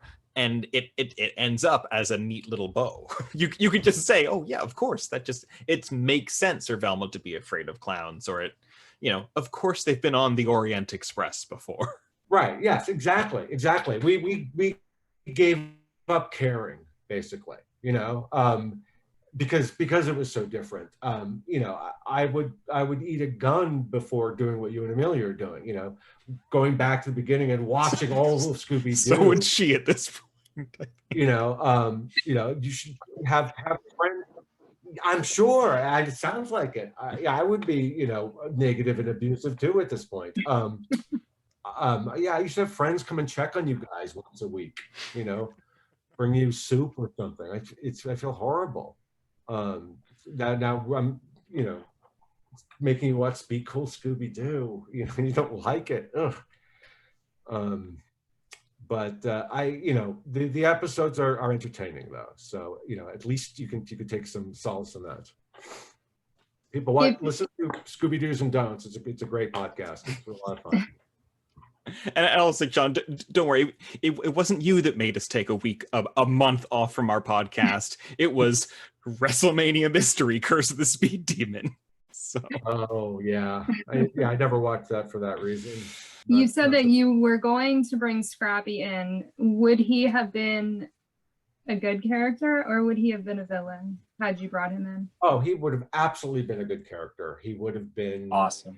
Scooby-Doo's nephew, and I'm not going to now, and I'm not going to try to explain what we were going to do with him. It was different. But we felt really strongly that this would be a Scrappy that people would love. We really were on a mission to let's make people love Scrappy. Anyone who doesn't, you know, I mean, it might have flipped where people who love the old Scrappy now hate ours, but you know, for the most part, we all know Scrappy is painted not with the most, you know, positive of brushes, and you know, we were just having fun. Let's try it. Let's see what, you know, that was Be Cool Scooby-Doo, just throwing stuff at the wall, and you know, some sticks. And if there's anything that you could have done differently with Be Cool, what would that be? I probably would have pushed for them working on the designs a little more. You know, it seems to be an issue. But yeah, I mean, again, it was for us, it was so much better than where it started that, you know, I think, you know, in hindsight, we lacked the objectivity to see that, you know, we were like, it's not perfect, let's just go with it, this will work. You know, the hostility towards it, we didn't anticipate that level of it, or for it to be released a year before the show. I think having those designs with the rest of the show, I mean, and Wendy was absolutely right. You know, the background artists on the show were just fantastic. Jake Monaco, the composer, the music is really great also in Be Cool Scooby-Doo. I love the basic sort of theme or location atmosphere of whatever specific episode. He would do the opening credit music at the end credits in the style of something that is, you know, supportive of, you know, if they're in New Orleans, you do sort of a, you know, a jazzy sort of thing, you know, version of it, or you know, these really nice touches and really, really wonderful work, all being, you know, capsized a little bit by the bumping on the art. You know, a lot of people working really, really hard, a lot of really talented people doing a lot of great work. That it's a shame, you know, people who didn't watch the show and get to see that stuff simply because they didn't like the way it looked. But again, I understand it. You know, if you don't, something's ugly or unappealing to you, don't look at it. You know? And I read something that the Hex Girls were supposed to be in Be Cool. Is that true? We got a lot of requests for them, and we were not opposed to doing the Hex Girls, but there were never any definitive plans for a story with the Hex Girls. It was just on the list. You know, we'd get to them eventually, probably. But those last two episodes, Cameron, the 2 11 minutes were a test. Basically, they weren't really even supposed to be episodes of the series, but they were sort of a test to see if we could do a third season with 11-minute episodes. But you know, there's so much to service in a Scooby-Doo episode, particularly Be Cool Scooby-Doo, where you have 3 characters, you know, who have runners and arcs and a mystery and bringing in the little the suspects, and there's a lot to do. So, you know, trying to do that in 11 minutes is probably impossible. So it would probably be focusing on certain aspects of the Scooby-Doo formula that everyone knows, like, oh, this is just a trapping scene, you know, at the end, or this is, you know, it would be pieces of it. I just don't think you could do a complete mystery in 11 minutes that would be satisfying at all. Yeah, well, I mean, Scooby-Doo has a history. They did do 11-minute episodes for a while, but notoriously they didn't do mysteries in those times. Like that was when Fred, Velma, and Daphne left, and it was just Shaggy and Scooby on their own. And since they never wanted to solve a mystery, they never solve a mystery. They go to the gym, and Scooby-Doo tries to get a girlfriend, and that's 11 minutes. And so what did they do with the other, were the other characters ever like driving the stories, or was it just no, they weren't in the series. Oh wow. Yeah, those were the painful years. So trying to put it in 11 minutes, it is a lot, and I can see how it'd be so much trouble trying to actually fit like the real formula in there. Although on the inverse, the 1-minute Lego shorts are some of the best Scooby-Doo I've ever seen, because they just have to have one idea and execute it flawlessly. Yeah, it better be a good idea though. Yeah. John, I have to say while we're on the panel, Nikki, I just got to tell him this. I loved on the episodes how at the very end when the mystery was being explained, like you would show like scene by scene, like, you know, like what was happening or what the villain was doing. To me, that really stood out because you watch some of the other Scooby-Doo series, and nothing against them, but they just explain. And it's like, you know, everybody's just supposed to know what happened and, you know what this was going on during this time. Well, I liked how they were actually, like, if Velma was talking, it was actually showing in the background. You know what I mean? It's just kind of like an outline. What made you kind of think to do that? You know what I mean? You know, we were just playing with the form of it, and you know, we sort of had these, you know, these devices that we kind of came up with and then used, incorporated. Like we called when Shaggy and Scooby would dress up and trick the monster for a second, the haircut scenes, because in our minds, I was thinking about, you know, when they dress as barbers and give it, you know, this sort of standard cliche of it. You know, and the musical chase sequences, we had Velma's mind's eye is what we called those things, like where Velma would you know, bust out the you know, whatever arcane knowledge she has about ridiculous things. We would see, you know, what inside of her head, how, you know, how she thinks or whatever. You know, we were thinking about the Sherlock series with Benedict Cumberbatch, how occasionally they would show, you know, visually how he's thinking. And I think those end things developed out of there, just sort of, you know, what can we do different and visually interesting that also helps support the story, and just sort of having them sort of walk into, you know, still frames or you know, very limited sort of animated and colored, you know, frames, just seemed like a more interesting thing than Velma just talking, you know, and it would also then remind the audience, you know, oh, you know, because we really did, you know, although, you know, the mysteries don't really matter when you're writing Scooby-Doo, particularly Be Cool Scooby-Doo. You know, again, if you go back to the Where Are You, you know, these were not carefully well-constructed mysteries that anyone could really solve. But it was, you know, watching the gang solve the mystery, sort of guess which suspect it is. But I don't know if you guys were able to, if there was any Scooby-Doo series where the mystery was actually really compelling and you could clue it together from watching what's been going on and guess with any sense of, you know, besides, oh, it's obviously that guy, you know, which happens a lot, but not through any you know, clue analysis. It's just, you know, obvious. Yeah, we've never actually had a Scooby-Doo series that takes like the Poirot approach to actually make, which is weird, actually, now they say it loud, that no series has actually put mystery at the forefront. We tried really hard where we could to make sure that it wasn't just so lazy and stupid, and, you know, like we really did try to have the mystery make some sort of sense and be logical in some way, you know, and it was really hard, you know. I'm certainly not a mystery writer,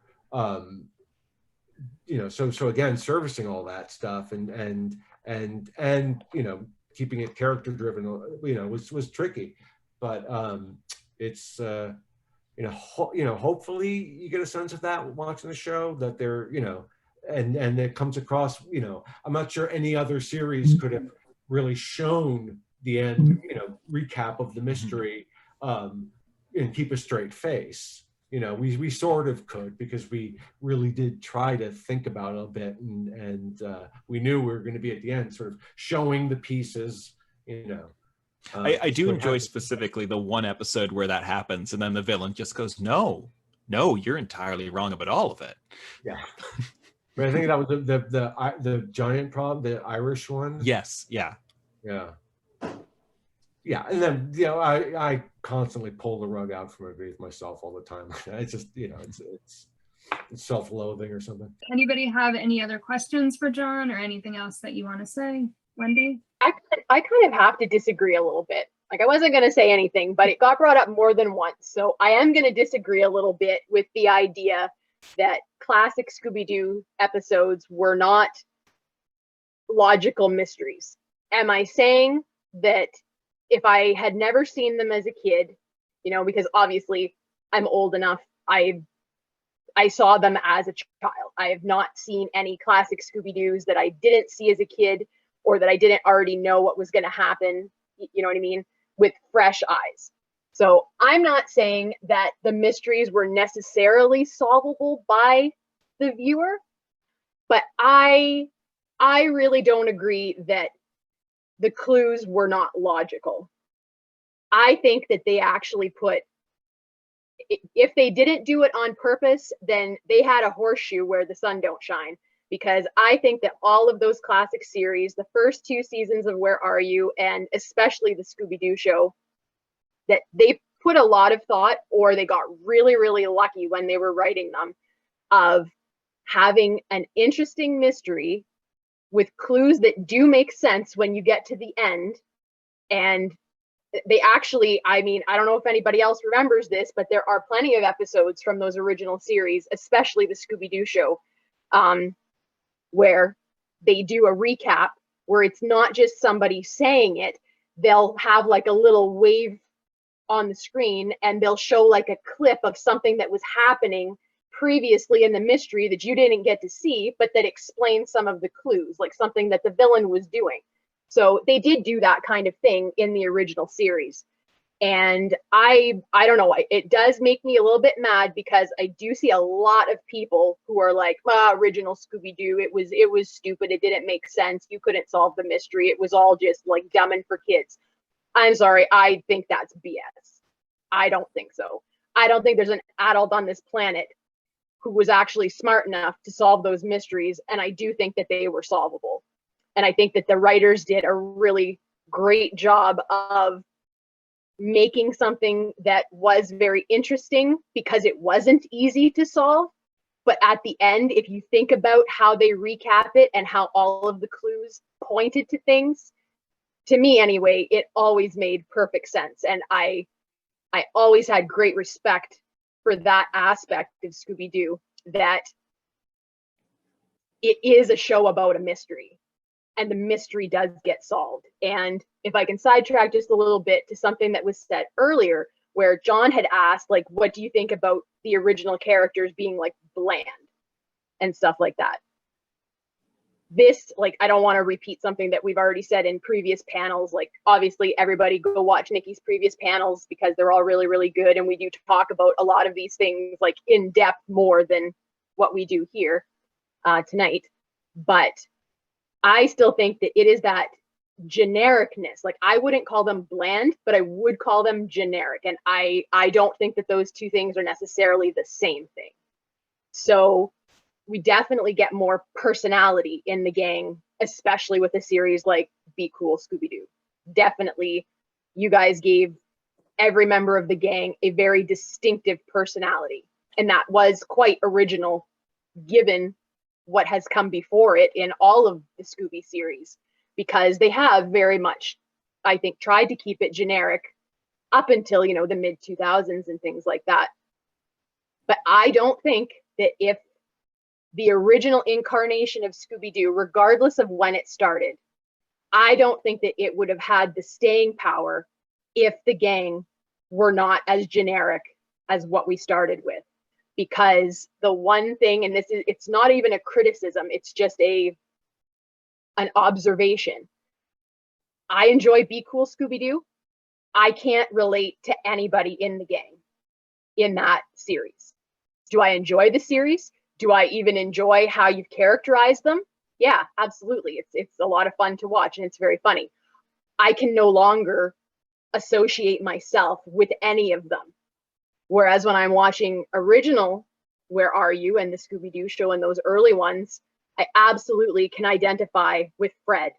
Sometimes I can identify with Daphne. Sometimes I can identify with Velma because they're so generic and you're not getting any of that like push-pull that I have said this before. I don't particularly think that we need so much reality, especially in kids' cartoons. You know, do friends fight? Yeah, they do. Do I want to see that when I'm watching something to be entertained? I personally don't. I get enough reality, like in my reality. When I'm watching Scooby, I much prefer a generic gang where there is no conflict between them. The conflict is the gang, the good guys versus villain, the bad guys. And another thing that I really love about classic Scooby-Doo, as opposed to any of the newer series, like John touched on how you guys tried to like connect at least someone in the gang to the actual mystery, where it wasn't just something random, but like, you know, someone had like a personal stake in it. And I completely understand where you're coming from with that. But what I like about not doing that is that, and we talked about this in a recent panel, how Scooby and the gang in the classic series, they are just usually stumbling across a mystery. And yes, sometimes though, it's somebody's friend. My #1 favorite episode, To Switch a Witch from the Scooby-Doo show. And they're traveling to Salem, Massachusetts to help Velma's friend Arlene, who is being accused of being a witch. You know, there are a number of vampire bats and scaredy cats. Lisa is a friend of Velma, and they're going to see her. So they did have a personal stake there, but the majority of the things where they're out doing something and bam, there's a mystery. They didn't need a personal stake in it to want to help people. And to me, that is like the actual heart of Scooby-Doo and what made that group of characters and that series such something that has transcended time. Because I think in another 50 years, people will still be loving some incarnation of Scooby-Doo. But for them to build that foundation where it's a bunch of teenagers who have better things to do, but they're choosing to take away from their own time to help other people, like they're getting nothing out of it. There's nothing in it for them. They're not getting paid. They're not getting their names in the paper. They're not getting really much praise at all. But they will stop whatever they're doing when they see that someone is in need and they just go help them. And I think that being a show that was primarily made for children, that is a wonderful lesson to weave into a children's show so that children can internalize that. Like we were talking just recently on a panel about like the lessons of life lessons of Scooby-Doo. And there are so many of them, which is why I really get my hackles up if anybody criticizes earlier series as like not being, you know, not being up there, because it's okay if you don't like them as much, but definitely those series and their writers and stuff deserve a lot more credit for thinking about what they were doing and what their end goal was. And no one's going to tell me ever that their part of their goal was not to try and help teach children life lessons that then lead us to become adults who are much better behaved than someone who was not being taught those lessons. Because I think just based on all of the negativity that we've talked about that you guys get from other people, I mean, go watch some classic Scooby-Doo, guys, because the way that you're behaving to these people, making death threats, share your opinion. If you don't like something, that's fine. You don't have to like it. Like John said, you don't have to like everything, and you shouldn't be forcing yourself. Like don't eat it until you develop a taste for it. If you don't like it, don't eat it. Go find something that you do like. That's totally fine, you know? But yeah, I did have to say that about the original series, that I don't agree that it's bland or that the mysteries were somehow ridiculous or anything like that. And one other side note, those episodes, those 11-minute shorts with Shaggy and Scooby, we cannot forget that Scrappy was in them. So Scrappy is meant to take up. That's why people don't like Scrappy, because that's where he shows up. I love them.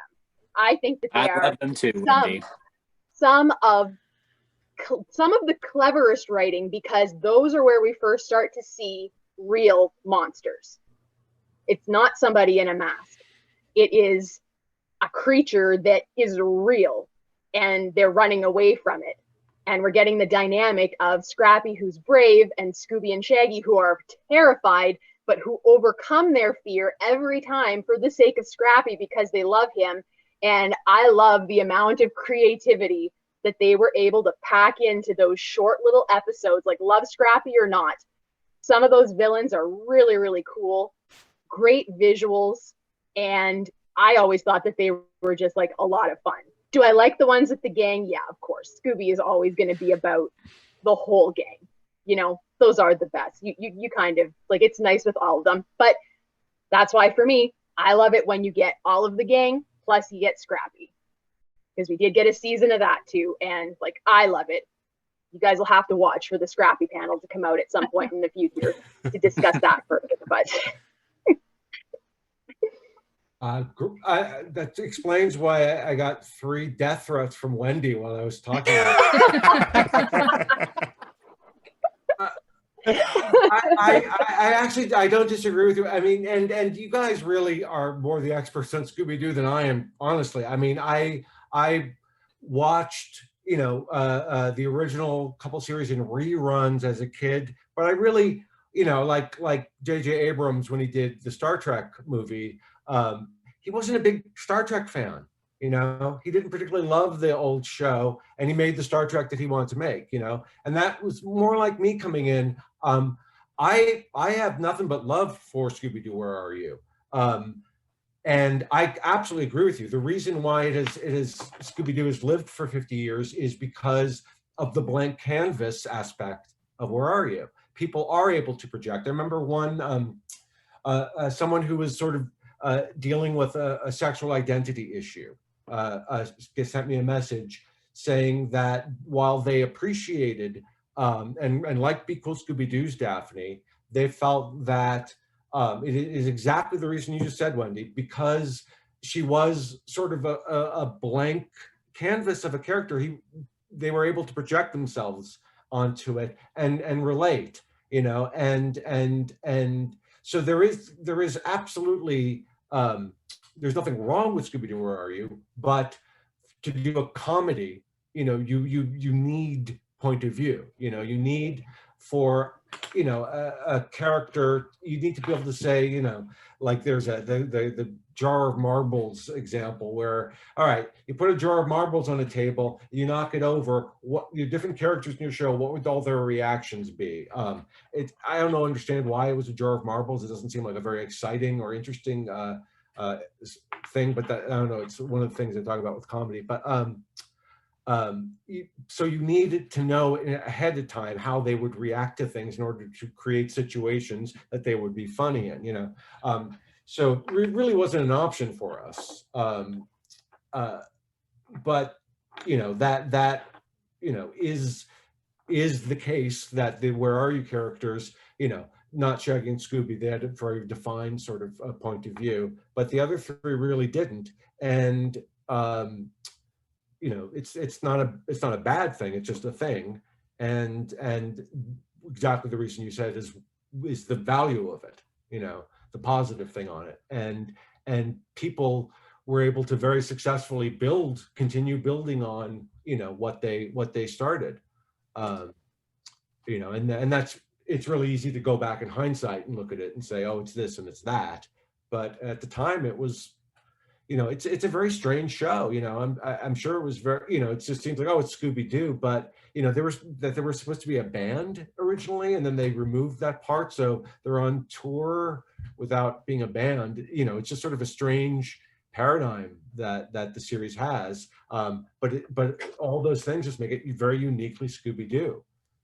And as for the you know, I think if you watch Be Cool, you'll see that the gang is additionally also there to help people without for any, you know, payment or reward.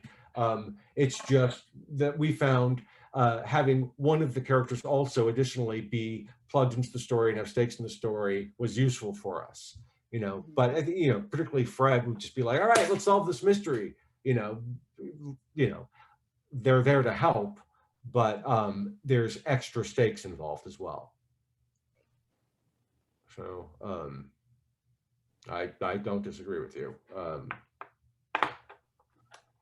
I'm glad that you actually you did inadvertently answer the one question that I had wanted to know, which was, were you a fan of Scooby growing up? Was that something that you were really into, or did you kind of come into the job as like you knew what it was, but you didn't really have any like emotional attachment to it? That was what I was interested in. So I'm not surprised that it wasn't like your huge thing when you were young. I'm not surprised. No, not at all. You know, I watched a lot of Scooby-Doo. I probably watched all of them at some point in my life. It was, you know, it's omnipresent. But yeah, it's just there's a nostalgic, you know, oh yeah, I love Scooby-Doo. You know, who doesn't? There's no, you know, no negativity about Scooby-Doo, but I certainly did not come into writing Scooby-Doo with any great, you know, obviously, you know. Yeah. So you don't have a secret closet filled with a bunch of Scooby stuff then, is what you're saying. No, that is not what's in my secret closet. Oh my God. Cameron, do you have any questions or anything else that you want to say to Jon? Yeah, I do. I'm sorry, I'm not trying to make this super long, but Jon, I gotta know, you know, Frank, Gray, Kate, Matthew, you know, they've done, you know, these different series and movies and stuff like that. When you presented Be Cool to them, what was their reactions to Be Cool? You know, like how did they respond to the design and the story and how Be Cool was going to be? They were wonderful to work with. They were, I think they had the same reaction everyone had at first, which is, whoa, okay, this is different. You know, they're professionals. They're really good at what they do, and they were, you know, the job was to figure out who these characters were, you know, and they had a lot of reflexive habits. You know, I mean, you can't tell Frank Welker how to do Fred, you know. Right. You know, the Gene Wilder conversation just isn't going to go great, you know. So it was mostly a matter of getting them to speed up a little bit. You know, it tends to be with things I write in general in animation. The actors are finding themselves talking a lot faster than they normally do. I'm not sure why that is. I guess my writing works better at a faster clip. But that was pretty much getting them to just to speed up what they were used to. They got the humor. They had no problem, you know, with the comedy of it. And you know, if they had any negative feelings about it, they certainly didn't express any to me. They're always very respectful and very professional. There was one point where I was talking with Matthew Lillard, and I was telling him I was bemoaning a Shaggy joke that got cut. And I think it was from the very first episode. Warner Brothers said, you know, this is too sophisticated for Shaggy. And that was the last time we got a note. Like they pretty much didn't really worry about that stuff afterwards. But for that episode, you know, all eyes were on the first one. And I was telling Matthew a little bit about that, and he's like, "Yeah, it's a good joke, but you know, I don't disagree that there's a more innocent layer on Shaggy isn't a good thing." He's like, you know, Shaggy and Scooby are, for the younger children, their entrance into the show. They can relate to them because they're always hungry and they're scared, and they're, you know, they've got, you know, little baby or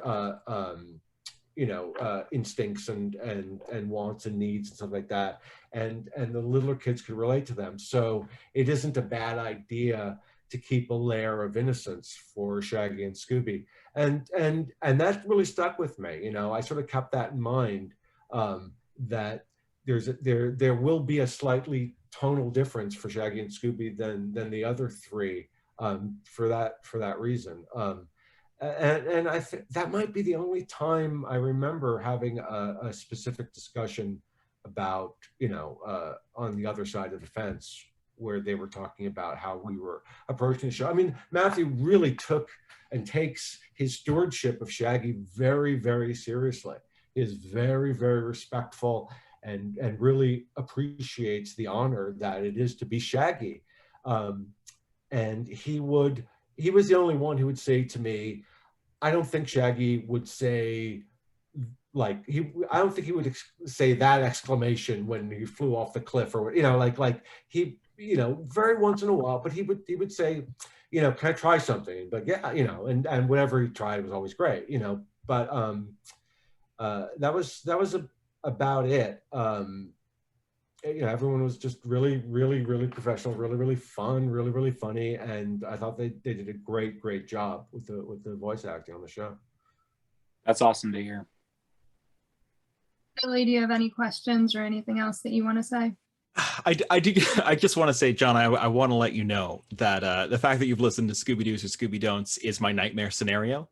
Because from the beginning, when we started doing this podcast, we start off in the 60s and 70s, when we can be fairly sure that enough time has passed that, you know, this is open season to discuss and rip apart as much as possible. And we've maintained that, continuing to completely rip episodes apart and tear them open and talk about alternate versions of what might have been.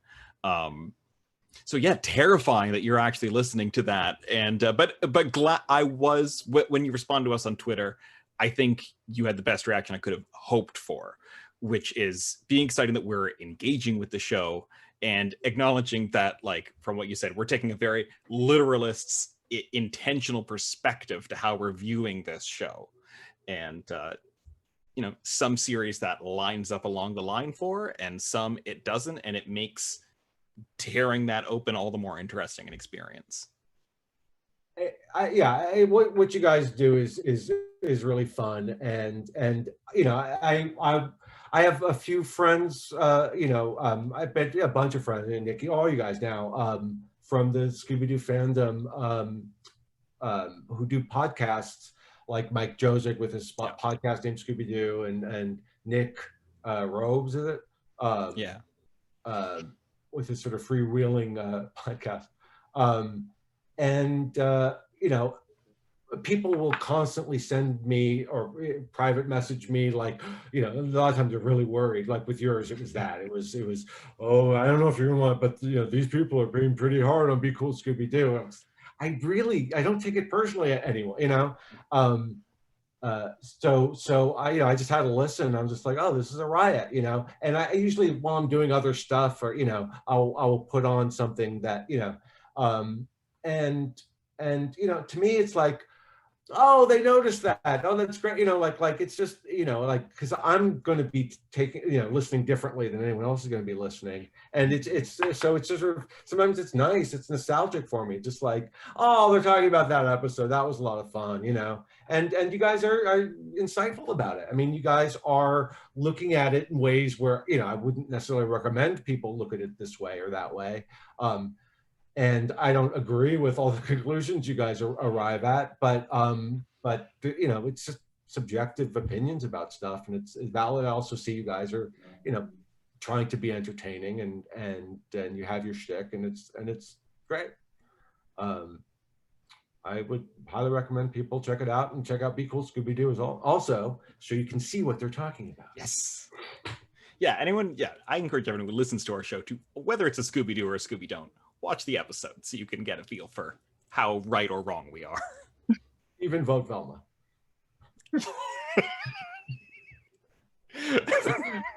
I knew that was coming out today. And John, do you have anything else that you want to say? No, Nikki, thank you so much for having me. I'm sorry, did we not cover the negativity topic? You know, we're sort of all over the place here. No, it's great. I think we talked about a lot of stuff, so yeah, it's perfect. Great. So before we wrap up, I want you guys to just let everybody know where they can find you on social media. So Wendy, let's start with you. You can find me over on Instagram. I'm at Wendy Bridge. It's Bridge with a Y. You can find me on Twitter and my blog. I'm at Wendy Loves Jesus. Cameron? You can find me on YouTube, Instagram, and Twitter at Scooby and Cam, or you can find me on Facebook at Scooby and Cameron. Jon? Jon Colton Barry as one crammed together word on all the various things. Billy? You can find me at the Billy SEGUIRE on Twitter, or Scooby_Doos for my podcast. And I would also encourage people, depending on when this actually comes out, you should be able to buy the book I wrote on the Doctor Who episode Dalek, which is being published by Black Archive. So, Awesome. That's fantastic. Thank you. Yeah. Thank And you, I'm Nikki yes. Blake. You can find me on ScoobyAddicts.com. So that's it. I want to thank all of you guys for joining us. And Jon, thank you so much for giving us 2.5 hours of your time. My absolute pleasure, Nikki. Thank you so much. Thank you for tuning in to another Scooby panel. I'm Nikki Blake from ScoobyAddicts.com. If you like these panels, please subscribe to my channel for more great discussions. A very special thank you to Be Cool Scooby-Doo writer Jon Colton Barry, Billy SEGUIRE from the Scooby-Doos or Scooby-Don'ts podcast, Cameron Bates from Scooby-Doo and Cameron Too, and artist, blogger, and Scooby collector Wendy Bridge. Scooby and Shaggy were voiced by Scott Innes. Check out Scott's page, Scooby's Meddling Kids with Scott Innes on Facebook. Scooby Panel is now available in podcast form on most podcast platforms. If you would like to support the Scooby Panel as a web series or now as a podcast, please go to support.ScoobyAddicts.com. Scooby Addicts art by Will Davenport. Video editing by Nikki Blake and Mike Burns. Music composed and performed by Bovine Nightmares. Please join us next time for our discussion about Daphne Blake.